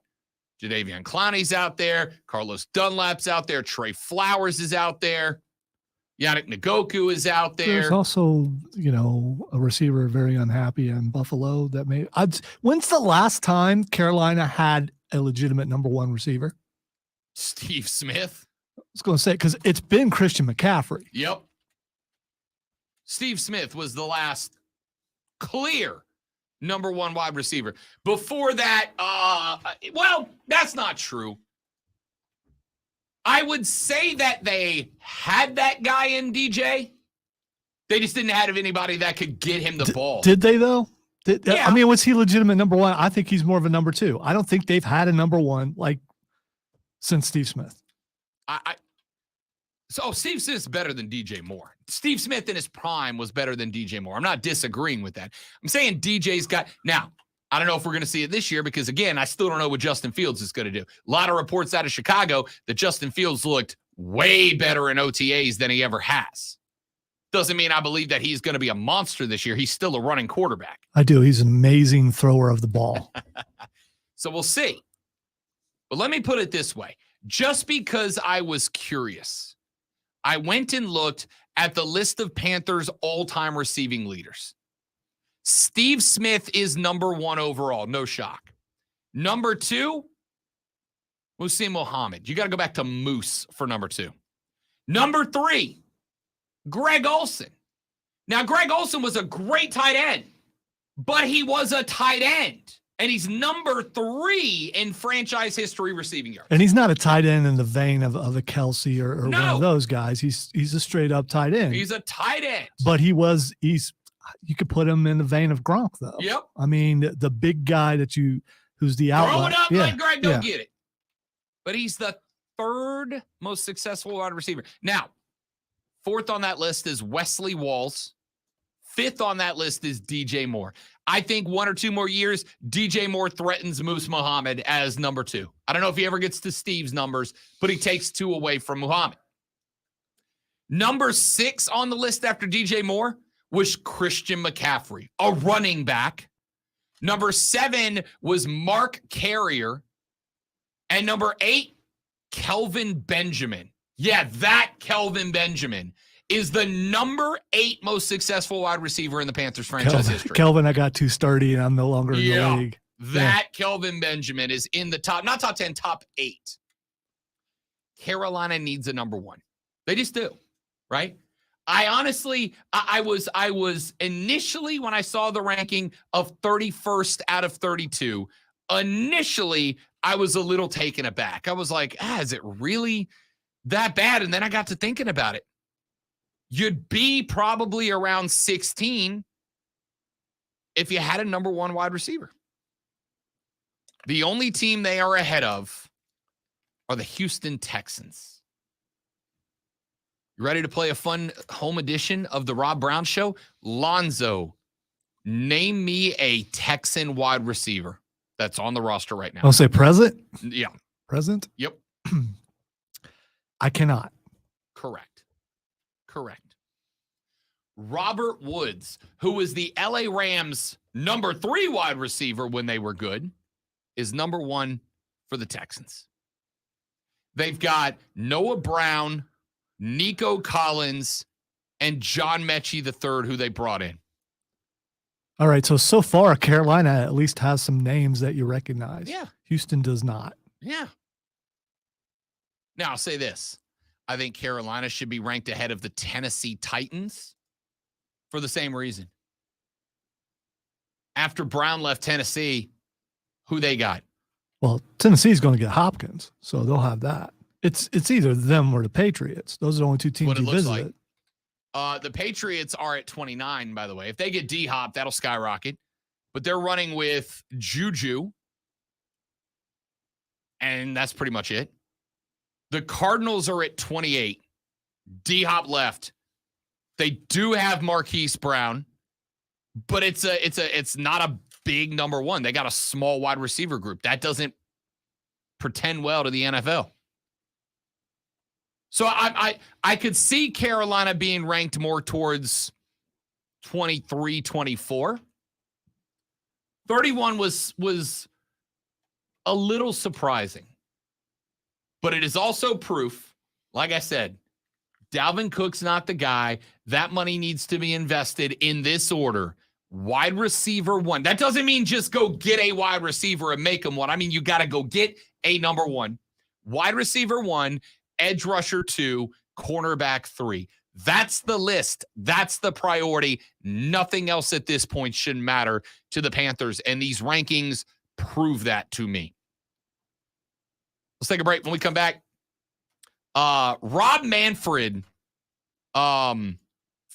sucks, like as a commish and as a dude. And now he has gone so far that he's got players cracking on him. I'm going to tell you what we're talking about when we come back. I'm Rob. He's Lonzo. This is the Rob Brown Show. This is the Fan Upstate.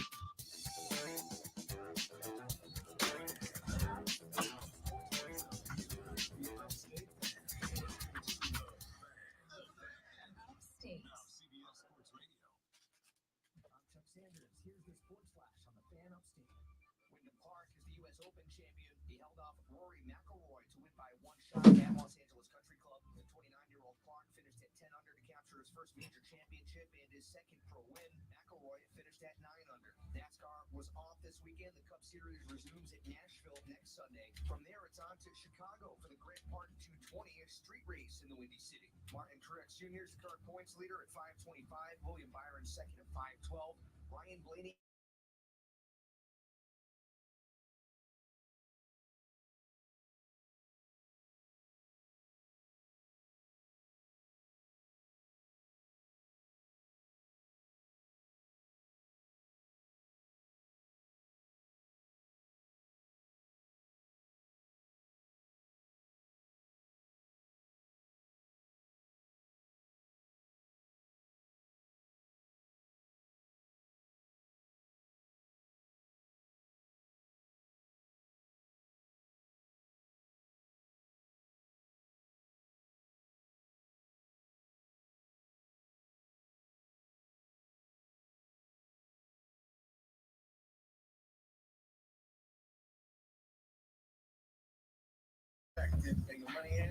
Listen to all 10 episodes of The Set right now, exclusively on the free Odyssey app. Prescriptions require an online consultation with a healthcare provider who will determine if appropriate. Restrictions apply. See website for details. Important safety information. Subscription required. Price varies based on product and subscription plan. Hey guys, did you know there's a generic form of Viagra that works just the same, but is 95% cheaper? And you can get it online? Just go to 4hims.com/joy. Through Hims, you'll get a free medical consultation, discreet shipping if prescribed, a 100% online process, and trusted generic alternatives to the main 95% off. That's right. Get generic for Viagra, the same active ingredient as brand name Viagra, but for 95% less. It's the same medication, still prescribed by a licensed medical provider, but with zero copay, no expensive appointments, and no awkward face-to-face conversations. To start your free online visit, you need to go to this exclusive address, 4hims.com/joy. That's 4hims.com/joy for your free online visit. FORHIMS.com/JOY. Wendy's is open till midnight or later. By the way, CR, Cody Rhodes. Oh, come on. Come on. I looked up the raw roster. Someone had an alphabetical order, but starting with their first name. They got to see it and I'm like, oh, you gotta be kidding me. Because it was so obvious. Yep. And I should have thought, okay, who has a feud right now with someone in the Judgment Day? Yeah. And that would be Cody Rhodes. Yeah. Who has the initial CR? I don't know. The guy with the second loudest pop in wrestling right now? Yeah.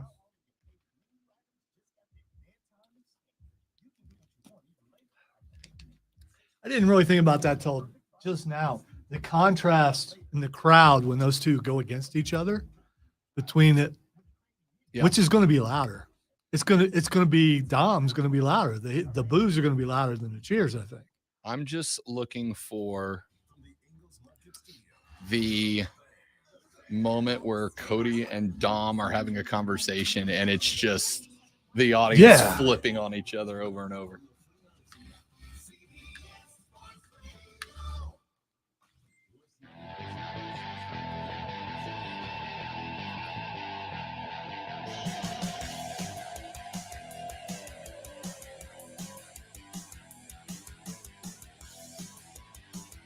The Rob Brown Show is back on your radio, ladies and gentlemen. This is the Fan Upstate. I'm Rob. Lonzo's on the other side of the metaphorical glass this AM. If you'd like to be a part of the show, I guess I can tell you the phone number. It's 844-FAN-PHONE, F-A-N-F-O-N-E. That's 844-326-3663, 844-326-3663. You can also text us. The text line is open for you at 71307, 71307. Start your text with FAN, F-A-N, FAN, F-A-N. We'll read them on the air. Let me grab clip one, if you don't mind, please, here. So Rob Manfred is the commissioner of Major League Baseball. Last week, Oakland Athletics fans organized a #reverse boycott because they've been boycotting the team, what with it being a minor league program in a crap stadium, really nice stadium that has been allowed to degrade into crap. And then Rob Manfred, after that boycott, when Major League fans around the states have said what Oakland is doing to their fans is just wrong, Manfred decided to have a little fun, and he said this.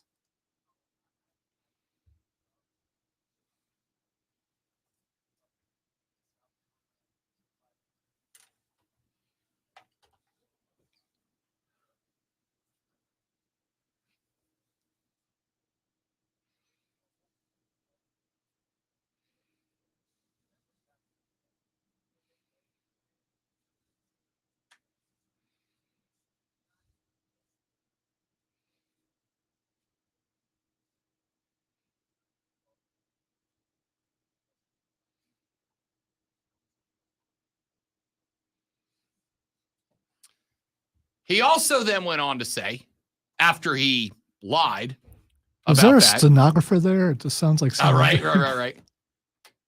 Hey, interviewer. Most of us use tape recorders, not typewriters, dude. After he said all that, which, by the way, the city of Oakland has now outright called him a liar because they said they were moving forward with a plan to build a new baseball stadium on the water. It would have been one of the most beautiful stadiums in baseball, according to the city of Oakland. Take it with a grain of salt. Not only did they call Rob Manfred a liar, but the Oakland fans showed up. They went about 28,000 strong. Rob Manfred then fired back and said, well, it's nice to see that the Athletics fans showed up, and I'm paraphrasing, but it's very close, and brought slightly less than an average night across Major League Baseball attendance-wise to their stadium. He took a shot at the fans. Now, why? Right? Why? Why would you take a shot at Oakland fans when they are going through the existential crisis of recognizing our team is as good as gone, man? It's as good as gone. And the most painful part is I think the A's are going to try to be good next year so that they can carry some momentum into Vegas. Why would you do that? And the answer is because Major League Baseball's ownership look like a bunch of jerks right now. John Fisher, the owner of the A's, looks like an evil James Bond villain, the way he's treating Oakland Athletic fans right now. And he can't move unless what? A supermajority of the other owners approve of the move, which means that the owners have all jumped on board and said, hey, look, we would rather John Fisher be able to make more money than Oakland Athletic fans keep their team. We think this money not even coming to them, or at least not directly. It should go to Fisher, and then the league's revenue should increase by having a Vegas team. Should come to us before A's fans get to keep their own job. Keep in mind, ladies and gentlemen, the number 1, 2, 3, and 4 job of the commissioner of any professional sport is to be the shield that makes the owners not look like jackwagons. That's it. That's why Rob Manfred took an unveiled shot directly at A's fans. Now, here's my favorite part about this. Current and former players are now starting to speak out. After the 28,000 A's fans showed up the other day, former A's pitcher Brandon McCarthy said about the comments of Rob Manfred that they were, quote, bleeping pathetic. He said, quote, how is this not disqualifying? This toad is the steward of a glorious sport dripping with history, and he feels entitled to mock fans who are making their voices heard as he sits by and caters to hiding billionaires. Why do we accept this in our culture? Toad. You got to be in a bad place to call a dude a toad. I have never called anyone a toad before. You got to be in a bad place to call a dude a toad. You toad. It's kind of a demeaning in a snuffy kind of way, though. Yeah, well, if anybody deserves it, it's Rob Manfred. But here's the ugly part. He said, why do we accept this in our culture? You want to know why? Because when the Oakland A's leave Oakland in 2025, when the Oakland A's open up their new stadium in Las Vegas, every game's going to be sold out. Because we as fans are going to look at this. We all know it's wrong. Is there anybody who's on board with what the A's are doing? No. Every fan thinks it's dirty, it's gross, it's underhanded, and it's flat out evil. Every fan thinks that. And yet, when the Vegas whatevers open up play in 2025, we're all going to book our tickets to Vegas to go watch this team play. I already told you. I told the fiance. When Atlanta plays its first series at Las Vegas, we're going. That's a vacation for us. Week long in Vegas. Let's go. Every fan. That's why. Because they kick us in the bleeps, and then we say, thank you, sir. Can I have another? Sports. Hour number 3 starts next, and we'll be in a much better mood. I'm Rob. He's Lonzo. This is the Rob Brown Show. This is the Fan Upstate. I have not seen the CP3 interview about his trade to Washington yet, but Keegan, what player would be excited about going to play for the Wizards? None of them. Scratch that. I would be excited to play for the Wizards. I was going to say, yeah, there's money involved, but I mean, if you're him, you should not be. Yeah. Because the Suns felt like they were on the verge, which is why they went and got Bradley Beal, and it cost them CP3 to do it. And frankly, because again, the NBA, just like every other sport, is a business first and a recreational activity ninth. The Suns got a good deal here. A good deal. So, should he just retire then, rather than go to Washington? I don't know that I wouldn't, to be honest with you. Because here's the thing. You keep playing if you can get revenge. If you're playing for a team and you can win a title, you keep playing so that you can lift a trophy over the Suns. So what player did Washington ain't it. What player did the Suns get Bradley last Beal. year? No, last year, some big name player they got last year. What's his name? Some big name player. Devin Durant. No. Something like that. Yeah, something like that. It usually where that guy goes, things. Maybe he had something to do with it. I know no one's, because he's not LeBron. No one's going to point that out that possibly that's the reason. I'm just putting it out there that maybe that's the reason. Maybe KD felt threatened, like he couldn't really make it his team when someone's there like Chris Paul. Maybe, I don't know.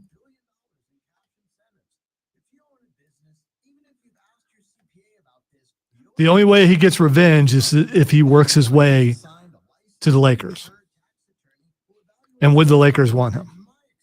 They like every other old player, so why not?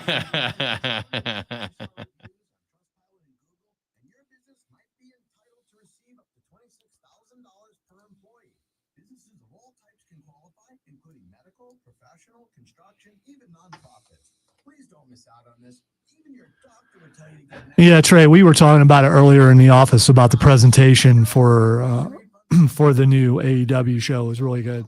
The show overall, I had some problems with just because I don't like some of the people on it. But, I don't want to say most because we got to see Miro back. The Redeemer. Joey B's D&D character is named Miro. It's a good name. He is a righteous paladin of fury. There you go.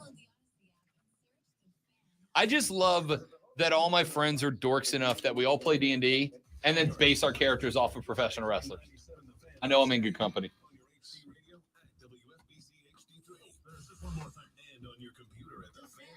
FanUpstate.com.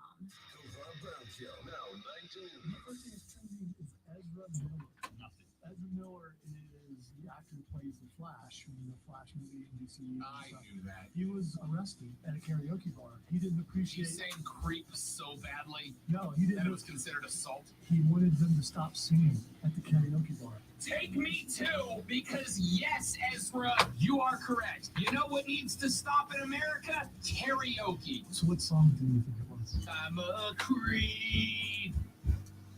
I'm a weirdo. All right. It's that song. That is how. What the hell am I doing here? Karaoke is bad, and you should all feel bad for doing it. That's the show.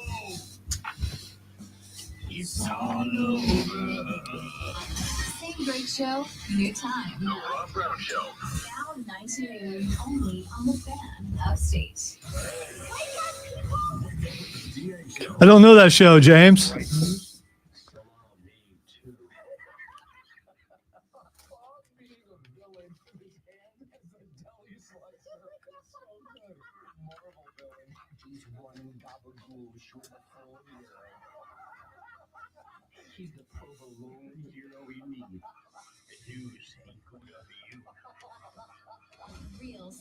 Cheese puns. Who would sink so low on the radio? I've never done that before. There were meat puns in there too. So I mean, it started out with salami, so it was meat and cheese puns. Yes. We have never done that before. No. I'm not participating because I'm not a pun guy. Oh, it's a mushroom pun. Well, I don't want to take away from your thing, you know. I can't compete. You're just too good at it.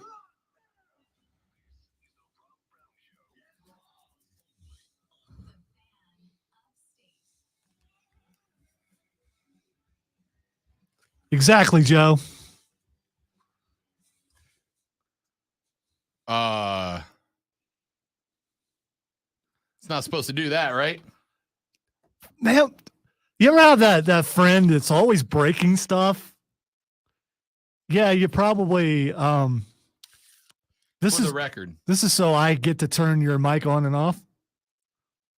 No, I think the button. Hang on, let's see if the button still works. Okay.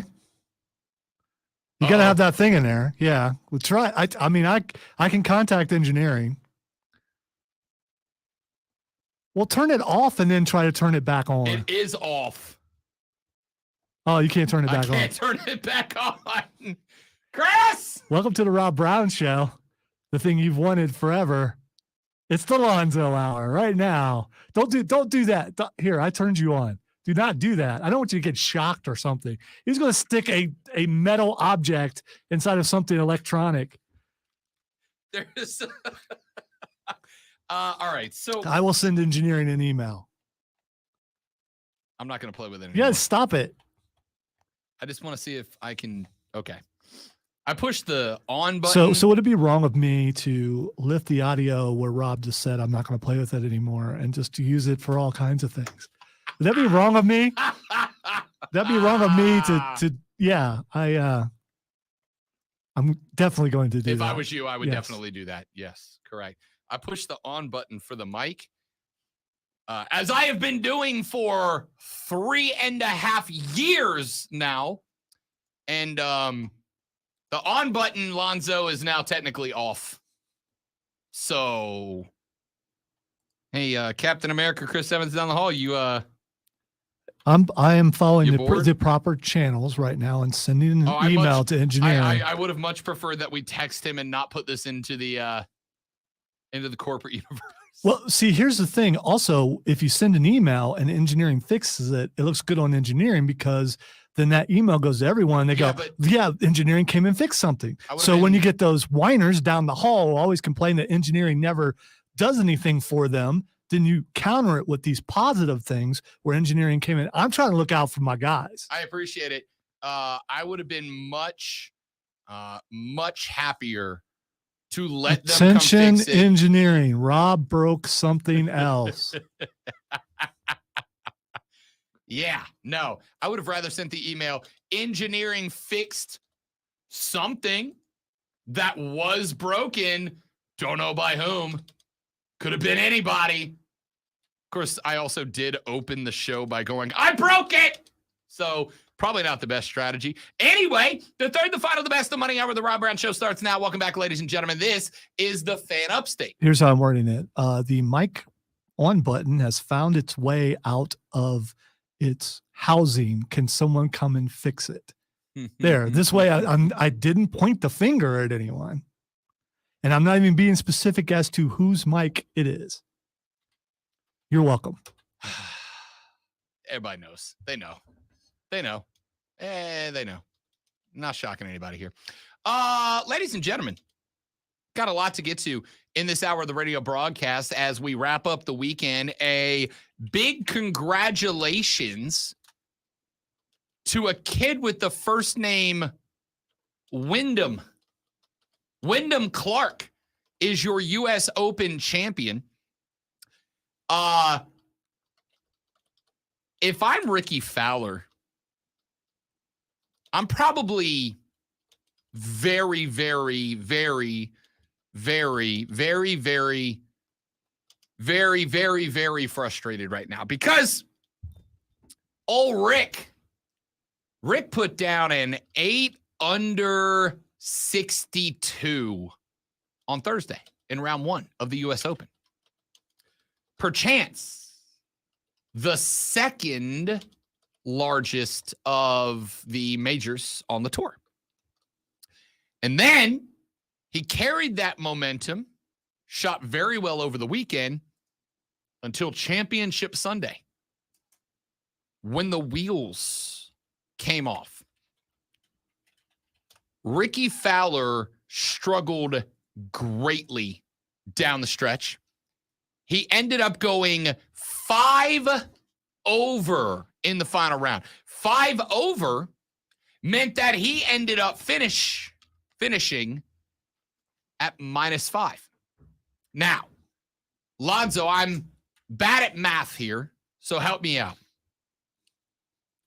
If I shot a final score of 5 under,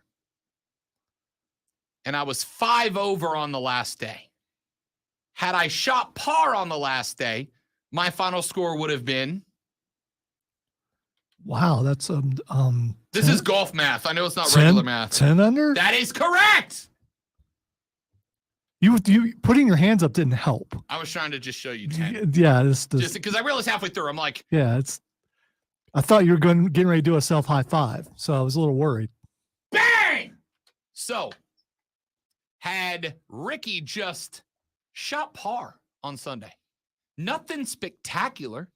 He shot a 62 on Thursday.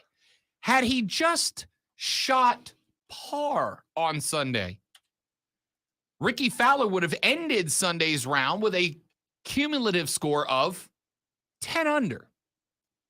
Wyndham Clark, ladies and gentlemen, ended Sunday's round at 10 under. All Ricky had to do was shoot par on Sunday, and he would have been in a playoff with Wyndham Clark for the U.S. Open. Of course, if you followed the story of Ricky Fowler for a while back there, old Flat Bill himself looked like he was going to be the next big thing. And then the wheels just came off, dude. The wheels just came off. So what does that mean? Well, it means Ricky Fowler, who, by the way, did check in at T5 with Tommy Fleetwood, MW Lee Harris English, all at 5 under. It meant that Wyndham Clark had about a 2-foot birdie, scratch that, par on 18 to stay one shot up on Rory McIlroy, who was 9 under and shot par on Sunday. Missed a couple of birdie putts, by the way, like painfully close. Here's what I love about this for Rory McIlroy. Rory, I think, had a very hefty weight tied around his shoulders when he was carrying the banner for the PGA Tour in their fight with the LIV Tour. That weight, of course, was lifted, not in a way that he wanted it to be, but that weight got lifted with the merger of a couple of weeks ago. Ricky Fowler does not have to be that guy anymore. He's not got the albatross tied around his neck. He doesn't have that weight on him anymore. And all of a sudden, Rory can just focus on golf. And what does Rory do when he gets to just focus on golf? He goes out, he turns in a 9 under, and he's 1 birdie putt away from going to a playoff hole with a guy who had never finished above 75th in a major tournament before. Now, Wyndham Clark was all guts down the stretch. He could have melted down multiple times as he pushed through the back 9 on Sunday, watching his name just float at the top of the leaderboard and watching names like McElroy and Scheffler and Smith and Fleetwood and Fowler and English and Rahm and Schauffele all dance up and down behind him. Could have melted down. Probably, frankly, should have melted down for a guy who's never been above 75th in a major tournament. And instead, he just went out and made par putt after par putt after par putt after par putt after par putt. And he said, look, if you're going to beat me, if you're going to get it done, you are going to have to play spectacular golf. Because I'm just going to play golf, man. I'm just going to play golf. I'm just going to do my thing and play golf. He didn't make mistakes. He didn't try to outdo it. He didn't try to overdrive landing zones. He didn't try to get fancy with the trick shots. He wasn't trying to tie the ball to the pin when he was chipping. Just get it onto the part of the green where the next putt is easy. And he did it, and he did it well. I loved it. I was super impressed by Wyndham Clark, your U.S. Open winner. I was disappointed. I shouldn't even say disappointed in Ricky, right? Not even disappointed in Ricky. Ricky had 3 glorious days, and then he kind of blew it on Sunday. He didn't really blow it. He just played not great golf. Which from a dude who has not won a tournament in, 9 years, is not overall that surprising. So the biggest thing about this tournament, though, is this. And this has been a bit of a theme on this show for many years.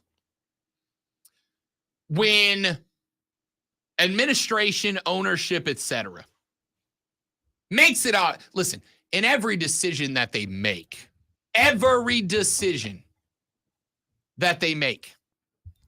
money is the priority. Always has been, right? How many times have we said that?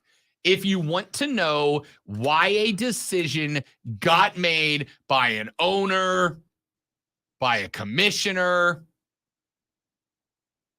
all you got to do is look at the financials behind it, right? Either the owner or the league are going to benefit financially from that decision. That's why those decisions get made. So why was this tournament arguably the second most prestigious tournament on planet Earth? Not even an argument to me, it just is. But arguably the second most prestigious tournament on Earth. Why was it played at the LA County Country Club? By the way, if you have not seen an overhead shot of this country club, it is wild, right? It is in the heart of downtown Los Angeles, the largest television market in the States. It is just sitting in the middle of it.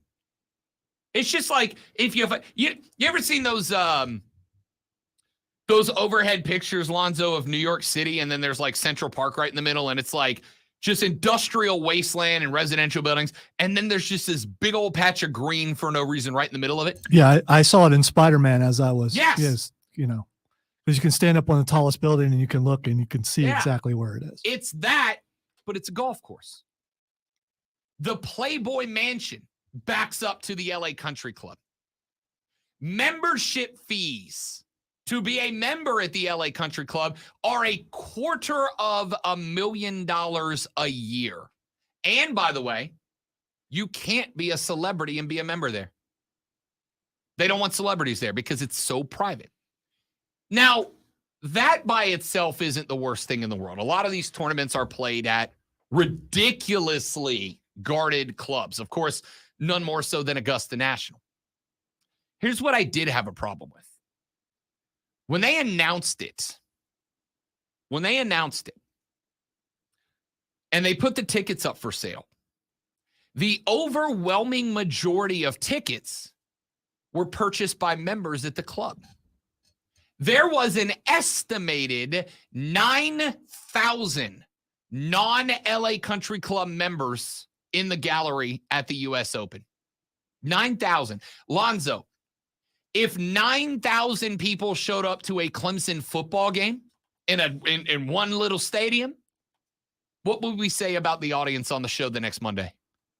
I know what I would be rejoicing that the dynasty is finally over. But we would literally call for Dabo's job because something went wrong. This quit throwing me in the we. I'd be celebrating Dabo for that.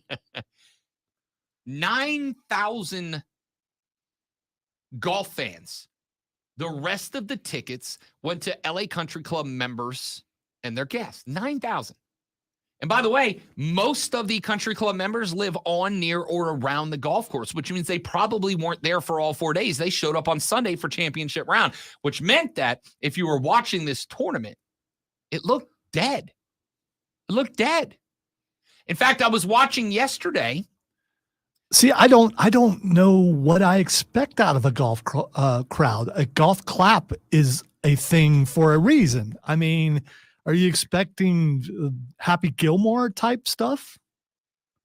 No, but I mean, maybe this is where I save myself from my I'm old conversation from earlier. But I expect some energy out of the crowd, man. Like, especially if I'm trying to help grow the game of golf. And I am. I love the game of golf. I think it deserves more credit than it gets. If I'm trying to grow the game of golf, what I don't need is to have somebody like speculative golf fan Rob Brown, who maybe doesn't watch, but I'm at a friend's house or hanging out with my dad on Father's Day, and he's a golf guy, and he turns on the TV. And here comes Wyndham Clark, a guy that is competing, never been above 75th in a major, coming down 12. No, excuse me, 14. I don't know. It doesn't matter. Coming down like 14. And they show a camera shot from behind him looking at the green, and there's wraparound box gallery seating, right? Big, tall bleachers with rows of seats, and they're empty. They're empty. Completely empty. All right. So far this year, golf crowds, how have they been? Really good. So it comes down to location. Maybe it's too expensive. Maybe it's... Yes and no. Getting to the middle of Los Angeles, I'm sure, is expensive as hell. And there's flight there. There's also the fact that maybe how many people show up for California football games? More than 9,000. If you compare it to the rest of the country. I mean, it ain't the SEC. Right. You know what I mean? I'm just saying California is not really that interested in their sports, no matter what sport it is. The San Francisco 49ers would like to disagree with you. The Golden State Warriors would like to do, even when they're bad, they sell out. The Lakers were atrocious for half the year and sold out the cryptbro.com Coliseum. Here's what it comes down to. I stand corrected. If you only sell 9,000 tickets to golf fans, you're only going to have 9,000 golf fans there. Now, if what the PGA Tour wants is quiet golf tournaments, then great, but I'm probably out. I like a little adrenaline. Then on top of the fact that there were 9,000 golf fans on all right, so this is killing me. So you're watching golf for the fans. You're not watching it for the golf. No, I watch it like I watch every other sport. I want to see people do incredible things that normal people cannot, and then I want to see everybody get excited about it like I do. Remember the NBA playoffs in the bubble? I do. Because LeBron would streak down the floor and way to a title, throw down a two-handed tomahawk, and what did we hear? Sneaker sounds. Yeah. It sucked, dude. It was the exact same NBA that we watch nowadays. The exact same NBA. But it was worse. Does anybody disagree that bubble basketball was much more boring? Now, do I tune in to watch Jack Nicholson? No. But when Braun throws down a one-handed windmill, yeah, I pop when the audience pops. The Thunderdome for WWE, Lonzo, was interesting. It was unique. It was unlike anything we'd ever seen before. It was not as good as having it in front of 30,000 Hulkamaniacs. You're comparing golf to the loud spectator sports, and it's not. I'm comparing sports to other sports. You're comparing crowds to other crowds. Okay, so here's where this comes from. I think, tell me if I'm wrong. I think this comes from the stereotype about golf. It's a stodgy old white guy sport. It's not supposed to be loud, right? We all get the image of the old guys going, shh, when somebody has the audacity of having fun on the golf course. We are trying to get rid of that image. We are trying to make golf fun. We're trying to make it entertaining. We're trying to make it sell on TV so that we can grow the game. Golf's biggest explosion in growth was when who did what? Tiger Woods dominated. What did Tiger Woods do when he knocked down a major winning tournament putt on 18 at Augusta? Did he turn and remove his cap and tip it to the audience? No. He sprinted across the middle of the green and he threw a fist pump that broke the sound barrier. And that was when golf had its biggest explosion in popularity. Because he was thinking about those friendly waitresses. He was going to see you later. Perkins! We're trying to replicate that, but without the advantage of having a Tiger Woods. But we can still have the energy and the excitement and the enthusiasm. So when you only let 9,000 people onto a golf, this is not 9,000 people in a football stadium. This is 9,000 people spread across 18 holes of golf. That's like 4 miles that they're spread out across. There's not going to be a lot. It was boring. And then the worst part of it all, Zoe, if you didn't check any of this tournament out, for all 4 days, there was a commercially rented advertisement playing spinning circles above the course. So if you tuned in to watch this at any point, you heard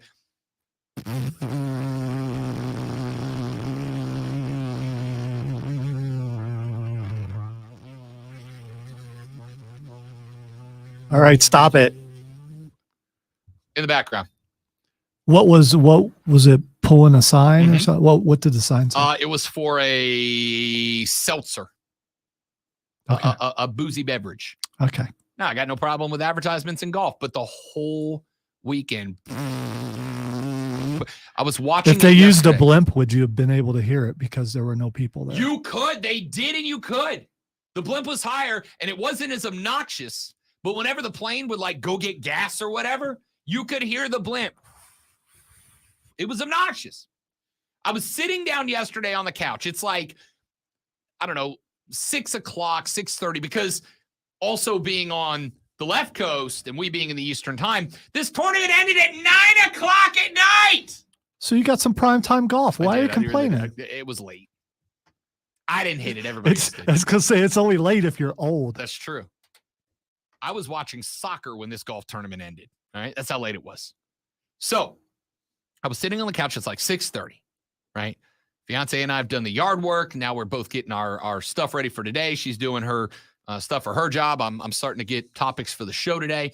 And I turn on the golf tournament and I'm not really paying attention. I mean, I'm paying attention to like whenever they would go, here's Wyndham Clark on 12 lining up for a par putt. I'd check in or whatever. And then at some point she goes, what the hell is that noise? I was like, what noise? She goes, you don't hear that like that buzzing sound? And she's like looking around. And I'm like, oh, it's the airplane on the TV. She's like, you have to turn this off. I cannot listen or watch this anymore. You have to turn it off. And she was right. I did. I muted it. Can a major golf tournament control the airspace around the golf course? Can they ban those type of things if they figure that it's causing a problem with the broadcast? I don't think they. Now, what I think they can do is they can submit a request to the FCC. No. What's the plane one? FAA, the airplane one. They can submit a request to the FAA asking for the airspace to be cleared, and I believe it's up to them. I think they actually do this at like Augusta. But either they didn't or the FAA said no. But all weekend. Seriously, outro the show while I'm doing this, Lonzo. Take us to break. I I can't. It's so annoying. I apologize to listeners. We'll be right back on the Rob Brown Show. Stop. Let me turn your mic off because you can't turn it back on.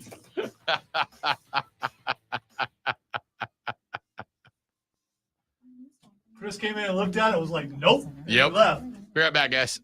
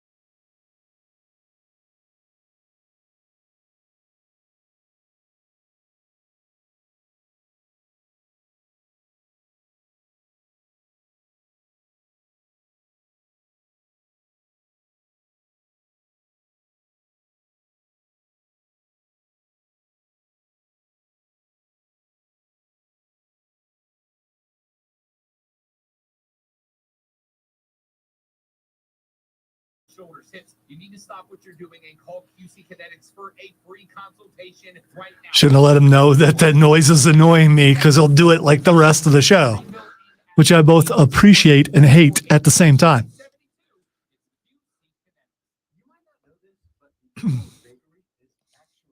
One of producer's biggest nightmares are host sound effects. What?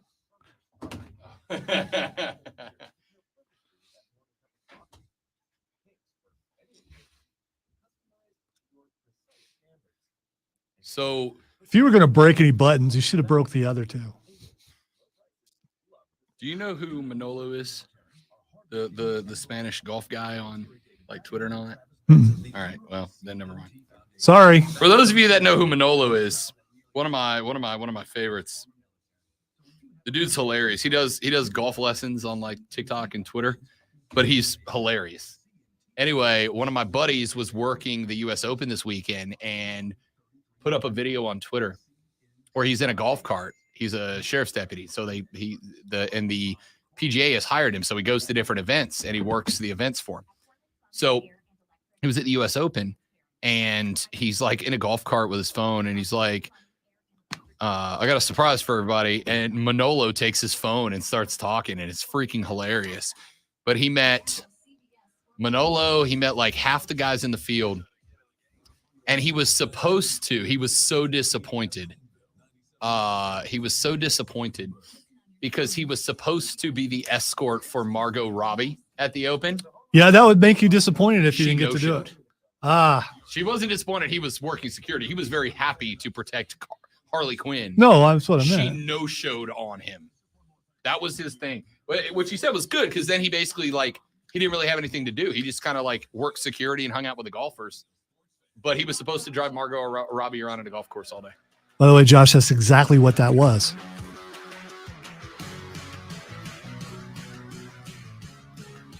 I'll just yell into that one. It doesn't work if it's not up. That was painful. Stop. Don't do that. I really am concerned for your health that you're sticking. You're going to die over there. It's mostly plastic, I think. I don't know. I probably won't do that again. You're right. Electricity doesn't go through plastic at all. One texter said, I'm not saying Robert is wrong, Lonzo, but I never heard an airplane sound. Another texter said, dude, my wife said the same thing.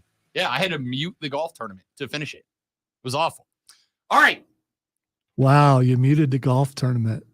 Like anyone could tell. Hater. You want a Saturday afternoon nap?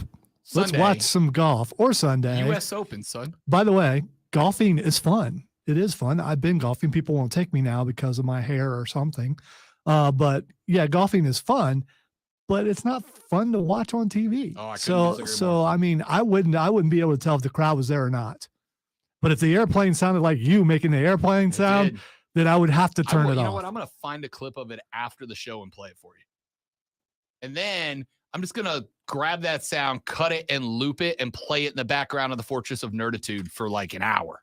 See how long you last before you start throwing stuff at the back of my head. How do you know I don't know where the breaker is for that room?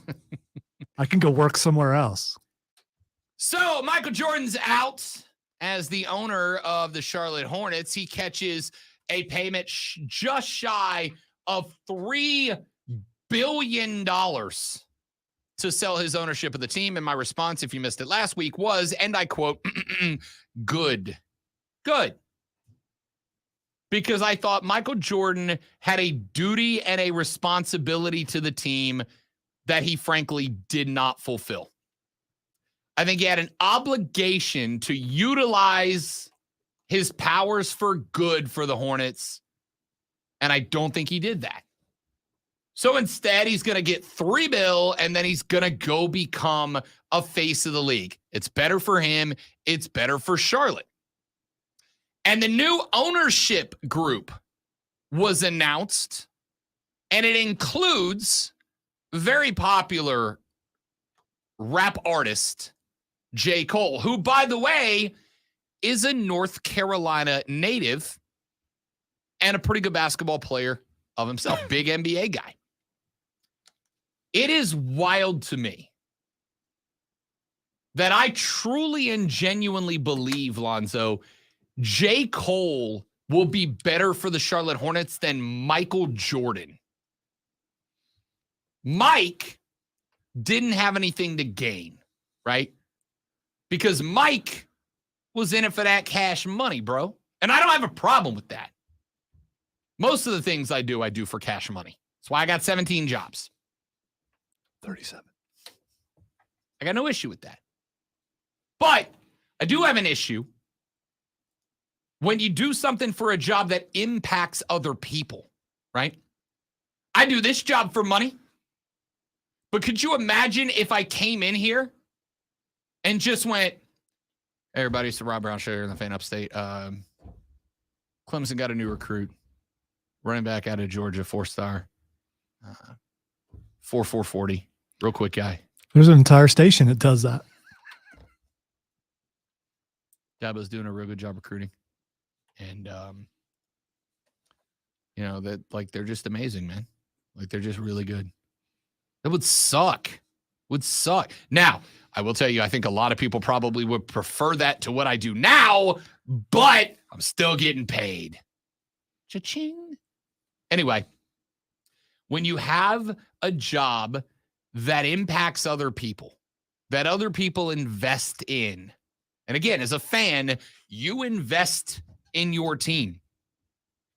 You invest money in the way of tickets, merch, donations to the booster club, whatever. But you also invest your time. You also invest your money. You also invest your emotion. And you expect to get a return on those investments. Mike got a return on his investment of just about $3 billion. What has any Hornet fan gotten in return for their, I'm assuming, diminishing investments of time, energy, emotion, and viewing? None. There's been no return on investment. right? I think J. Cole ends up being a bet, even though he is a minority owner. He's got a minority stake in the team. So does Mike, by the way.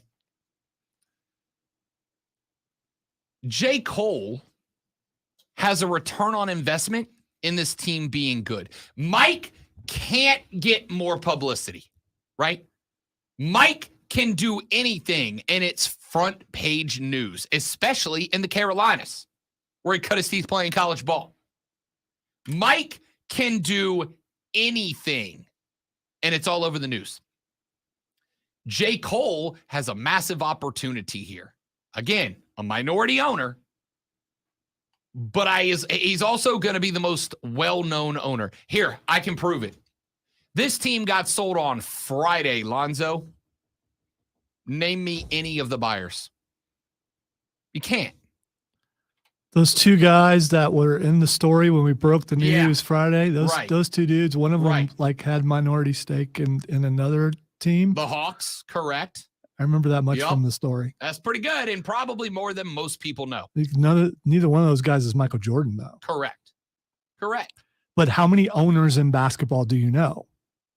Mark Cuban. Yeah, I mean, so I'm not saying that that's actually a good thing. As you talked about in football, the only owners you know is like Jerry Jones. And the guy from the Suns that almost got in a fight with Jokic. Oh yeah. Well, no. No, that would not have been a fight. So J. Cole can get a return on his investment in the Hornets, and I'm not just talking financially. If J. Cole and the Hornets get good, even though he's a minority owner, where do you think J. Cole's going to be sitting when the Hornets are playing? Courtside, son, right? Courtside, right next to the team that he's a part owner of. Keegan says that Eric Church is also a part of the ownership group. Sure is. Who's Eric Church? Eric Church is a country music artist and a real good one. Real good one. More classic Americana country. Plays a little bit of electric. He can shred too. He's a good player. So J. Cole, and good call on adding Eric Church to the discussion, Keegan, another North Carolina native. It also adds a couple different audiences Correct. to, being able to pull those audiences in. This is a fantastic decision and a fantastic investment because you're basically covering the spectrum of music fans who follow their favorite artist. I promise you, when Eric Church starts showing up playing concerts in Charlotte Hornets gear, he's going to earn them some fans. When J. Cole, who is for years been performing concerts in his Charlotte Hornets gear, is seen sitting courtside at Hornets games, that's going to get them some, pardon the expression, buzz. It's good for everybody, right? And these guys have a return on investment beyond just their money. These guys have a return on investment in getting more publicity. When the Hornets get their one primetime game, it probably is going to be more next year because they're going to have a player, whether it's Scoot, whether it's Brandon, or whether it is Zion, ? They're going to get some primetime games next year. And these guys, you know as well as I do, are going to get their one shot on television on ESPN when they do. Got some celebrities here in the house in Charlotte tonight. Here are minority co-owners of the Charlotte Hornets, Eric Church and J. Cole. Guys that a lot of people have never heard of, as Lonzo just proved mere seconds ago. They're going to get their faces on TV. And if the Hornets get good, they're going to get to ride that momentum upwards. Y'all, this is a good one. Getting rid of Mike Jordan and moving on to two very popular contemporary music artists. This is a very good thing for the Charlotte Hornets. I need you all to know. Captain America, Chris Evans down the hall, just fixed the on button for the mic. And Lonzo, because he's Chris, he installed the button upside down. So now it says no. No. I expect nothing less from you. That's to remind you not to push it so hard. I didn't put. See, I knew this was going to. This is why I didn't want to tell anybody. You're an enthusiastic person. I am. It's a lot of emotion. It's hard to contain that passion. I'm like the Incredible Hulk, but better looking. Yeah, like he hasn't dropped his pen 30,000 times in the last 2 hours. Chris doesn't care if I break my pen. He cares if I break. Cares if I break the no button. He was my stuff. He was sticking the pin in the open spot. First off, I was trying to get him to stop. First off, snitch. I was trying to get the mic just to turn just because on. you're wearing a hockey jersey doesn't mean I'm worried about stitches. Tarps That's off, all boys. I'm saying. The no button is now in play. It's if you don't know Chris, ladies, this is quintessentially Chris. I will now You'll never forget me. It'll be the gentlest pushed button in America from this point on. Thanks, Chris. You're welcome. The no button, ladies and gentlemen. I love that. This is big for J. Cole, man. This is big for J. Cole. This is absolutely fantastic, and it's good for the Hornets. Not only do you have the number 2 pick, which means you either have the ability to trade it away and stockpile, or to go get the guy that fits best with LaMelo and co. But now you've got 2 owners who care. Mike did not care. Mike did not care. You know, again, I'm not saying Mike wasn't doing stuff behind the scenes that we can't, won't, and wouldn't ever know about. But I am saying Michael Jordan can't fart in public without it becoming a public news story. So if Mike was working behind the scenes, Woj would have let us know. Shams would have let us know. But they didn't. And I assume it's because he wasn't. Now you got a guy who's already got ownership in basketball with the Hawks, a team that has grown in the NBA power rankings over the past couple of years with Ice Trae leading them. So he has seen what a team going from obscurity to relevance looks like. You've got a previous minority owner of the Charlotte Hornets, so he has seen firsthand what has worked and what has not worked. And you got a contemporary music artist, 2 of them, who bring public eyes that probably weren't already there, certainly in Eric Church's case, and who will get a return on their investment if this team goes north, as opposed to Mike, who is already a billionaire. Money was not, it's not like another billion was going to make or break Mike. So this is big. This is big. All right, let's take a break. When we come back, we are going to wrap up this show. Ladies and gentlemen, 1 or 2 small stories to run through before we call it a day. And then, my friends, Twitter trending topics, and we all go home. I'm going to push the off button, and then when we come back, I'll push the no button on the Rob Brown Show in the Fan Upstate. It's hilarious.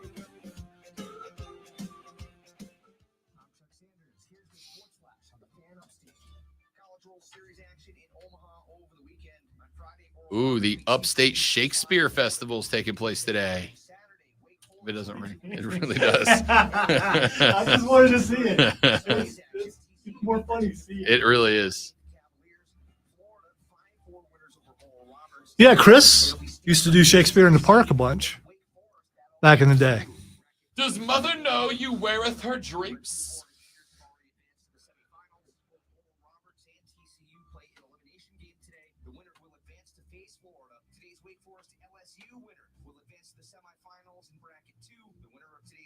LSU Wake Forest is going to be a banger of a game, y'all. A banger of a game.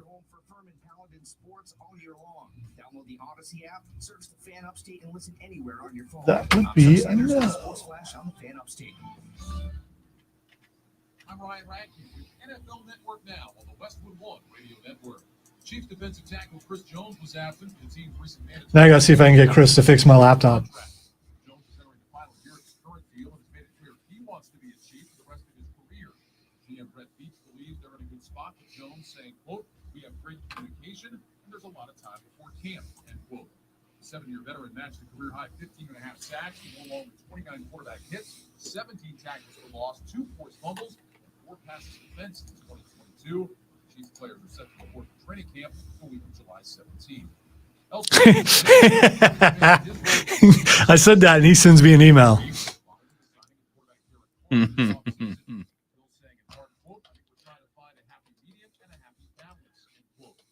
So did he send the email before I said that, or after?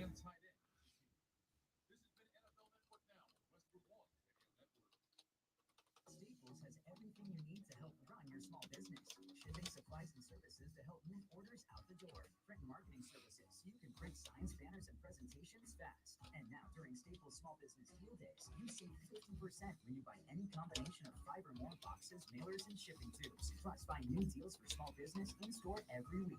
Keep your business running right and safe at Staples. Offer valid in-store, online order pickup, and Instacart. Exclusions apply. Not valid in Concord, New Hampshire location. Prices may vary. N71. Welcome back to Total Wine. What brings you in today? Hey, Ruthie. I need help filling the ultimate beach cooler. Well, we have the most hard seltzers and amazing canned cocktails anywhere, like High Noon, Cutwater, White Claw, Topo Chico, Jack Daniels and Coke, Pedro Vodka Seltzer, and Kingdom Jack Zero Sugar Margarita in cans. Wow. I'm going to be the king of the cooler. And we have them at the lowest prices in town. With the lowest prices for over 30 years, you'll always find what you love and love what you find. Only at Total Wine & More. Drink responsibly, be 21. Ray Liotta here for eBay Mobile. You're driving along and some Nimrod cuts you off. You hit the horn. Jeez, it sounds like a goose in distress. Time to head over to eBay. So Andrew couldn't fix my computer because he was at transmitter sites. Yep. And I told him to watch out for snakes. Let's see if I can find it. Oh, where is it? Oh no, it's not on here. He sends me a picture of looks like about a 10-foot snake at one of the transmitter sites. It was at the at our transmitter site, actually, at the fan. One of them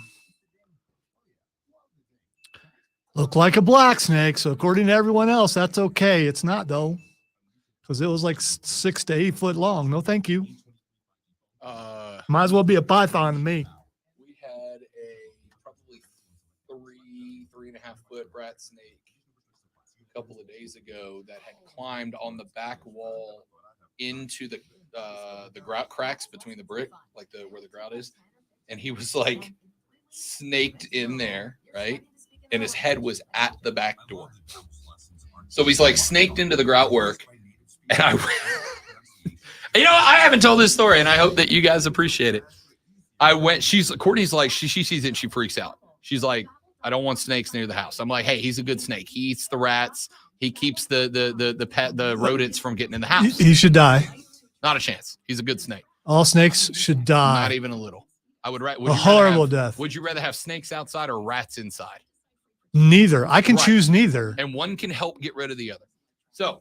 Or maybe they make the rats stay inside because they're afraid to come out because of. So anyway, she goes, I need you to get rid of the snake. I'm like, word. So I go out and I see that it is. Did you literally say word? Word. So I literally see it in the grout work. I ran inside, though. I got an apple and I held it against the wall. And I'm like, if it eats its tail, it leaves. And she just stared at me like, what are you talking about? I'm like, how's that not the best joke of all time? How's that not the best joke of all time? After gently pushing the no button, the Rob Brown Show has returned. This is the Fan Upstate. I am Rob. The great one is at the board running the ones and twos. If you want to sneak in here before the end of the show, 71307, start your text with FAN, F-A-N, FAN, F-A-N, and we'll read them on the air. San Diego State has informed the Mountain West Conference that it intends to leave, but it has asked for a 1-month extension, which would give them until the end of July to submit their official resignation, which is hilarious because that's like going to your boss and being like, hey, boss, I quit, but I'm going to quit in like 2 months. Is that cool? Like, will you pay me for 2 more months? Anyway, they have informed the Mountain West Conference that they are out. They will be leaving, but they are asking for a 1-month grace period. And a lot of folks have asked why. The answer is very simple. because likely it is the Pac-12 that has talked them into coming. San Diego State is not a school that the Big Ten or the SEC will be interested in. It is possible that the Big 12 could be interested in San Diego State University because they would plant their flag over towards the left coast. But I don't think it's as attractive. Why? Because the Big 12 has just added 4 more football teams for this year that San Diego State is not bigger or better than. The Pac-12, on the other hand, has lost 2 of their Big 4 and is likely going to be losing the other 2 in their Big 4 moving forward, and created a vacancy around the Southern California area that could be filled by San Diego State University. Don't be shocked if that media rights deal for the Pac-12 finishes soon as San Diego State joins them in the next few months. Yes! Now, the Rob Brown Yes! presents Twitter trending topics. Nailed it! I hate that you can speed read. All right, time. I didn't read anything. Okay, well, I'm just that yeah, gut, son. You're right. It's time for Twitter trending topics. First thing that's trending is Lesser Antilles. The Lesser Antilles are trending because they... I got to be honest. I didn't click on the button. It's just trending. I've never been able to say Lesser Antilles ever, especially not on the radio and, everywhere. And I just did. Lonzo, you're supposed to know why in case I don't. I did not understand the rules until now. Oh, okay. Thank you. The Lesser Antilles are trending because because of storms. Because of storms. I did know. Okay. I just. Gotcha. There are not 1 but 2 named storms that are out brewing in the Atlantic. Category 3s, by the way, which category 3 with the number was trending and category 3 spelled out was trending, which is just dumb. Here's the good news. The good news is that the first one right now, the second one is the first one looks to be a tropical depression and will hopefully stay that way when it gets to the Lesser Antilles. It will then, after the Lesser Antilles, start trending northwards. It looks like it will skirt just south of Puerto Rico before hitting Cuba. Ladies and gentlemen, welcome to hurricane season. All right. The next thing is, sorry, I'm looking at Josh's. That just made me laugh. It shouldn't be as funny as it is to me. The next thing is trending is Jordan Love. I had a discussion Friday at the ball game with a guy who's a Packers fan. And he looked me dead in the face and he said with all seriousness, bro, Jordan Love is going to be better than Aaron Rodgers. And I was like, bro, what? Bro? What? And he said, dude, he's going to be better than Aaron Rodgers. He's like, Jordan Love has all of the assets that Aaron Rodgers has, and he's more athletic. Okay. Right. That was the response. All right. The reason why Jordan Love is trending is because he wished all Chicago fans Happy Father's Day.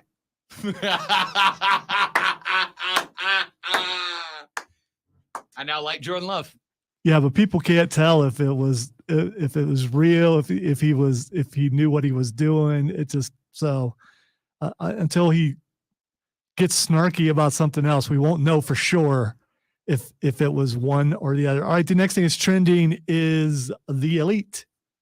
So CM Punk made his return to All Elite Wrestling on Saturday at the first episode of AEW Collision.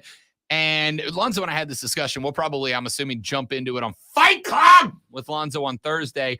But Punk's return was kicked off with a promo where he said that somebody called him like top dollar because he was a genuine Bill in a world of counterfeit bucks, which is obviously a thinly veiled shot at the Young Bucks in the Elite.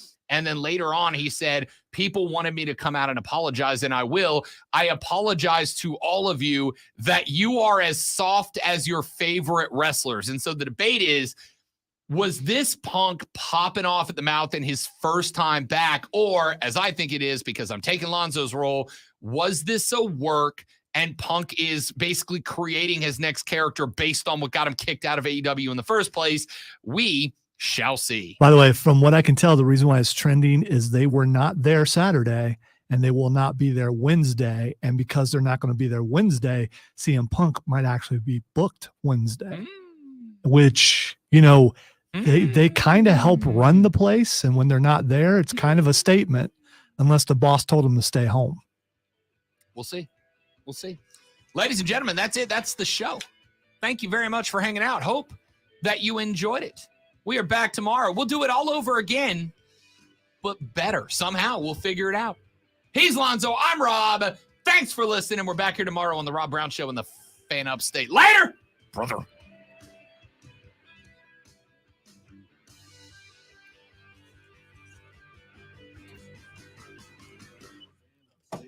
Again, that should not be that funny, Josh. But to me, it was pretty funny.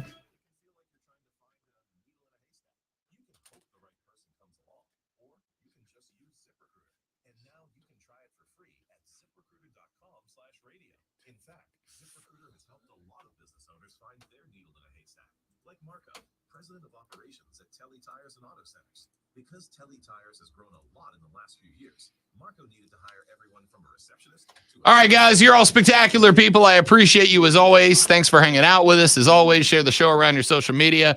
We're trying to grow it, man. Got to get bigger and better. Always to the top. Y'all have a lovely rest of your day. We'll see you back here tomorrow. Thank you and goodbye.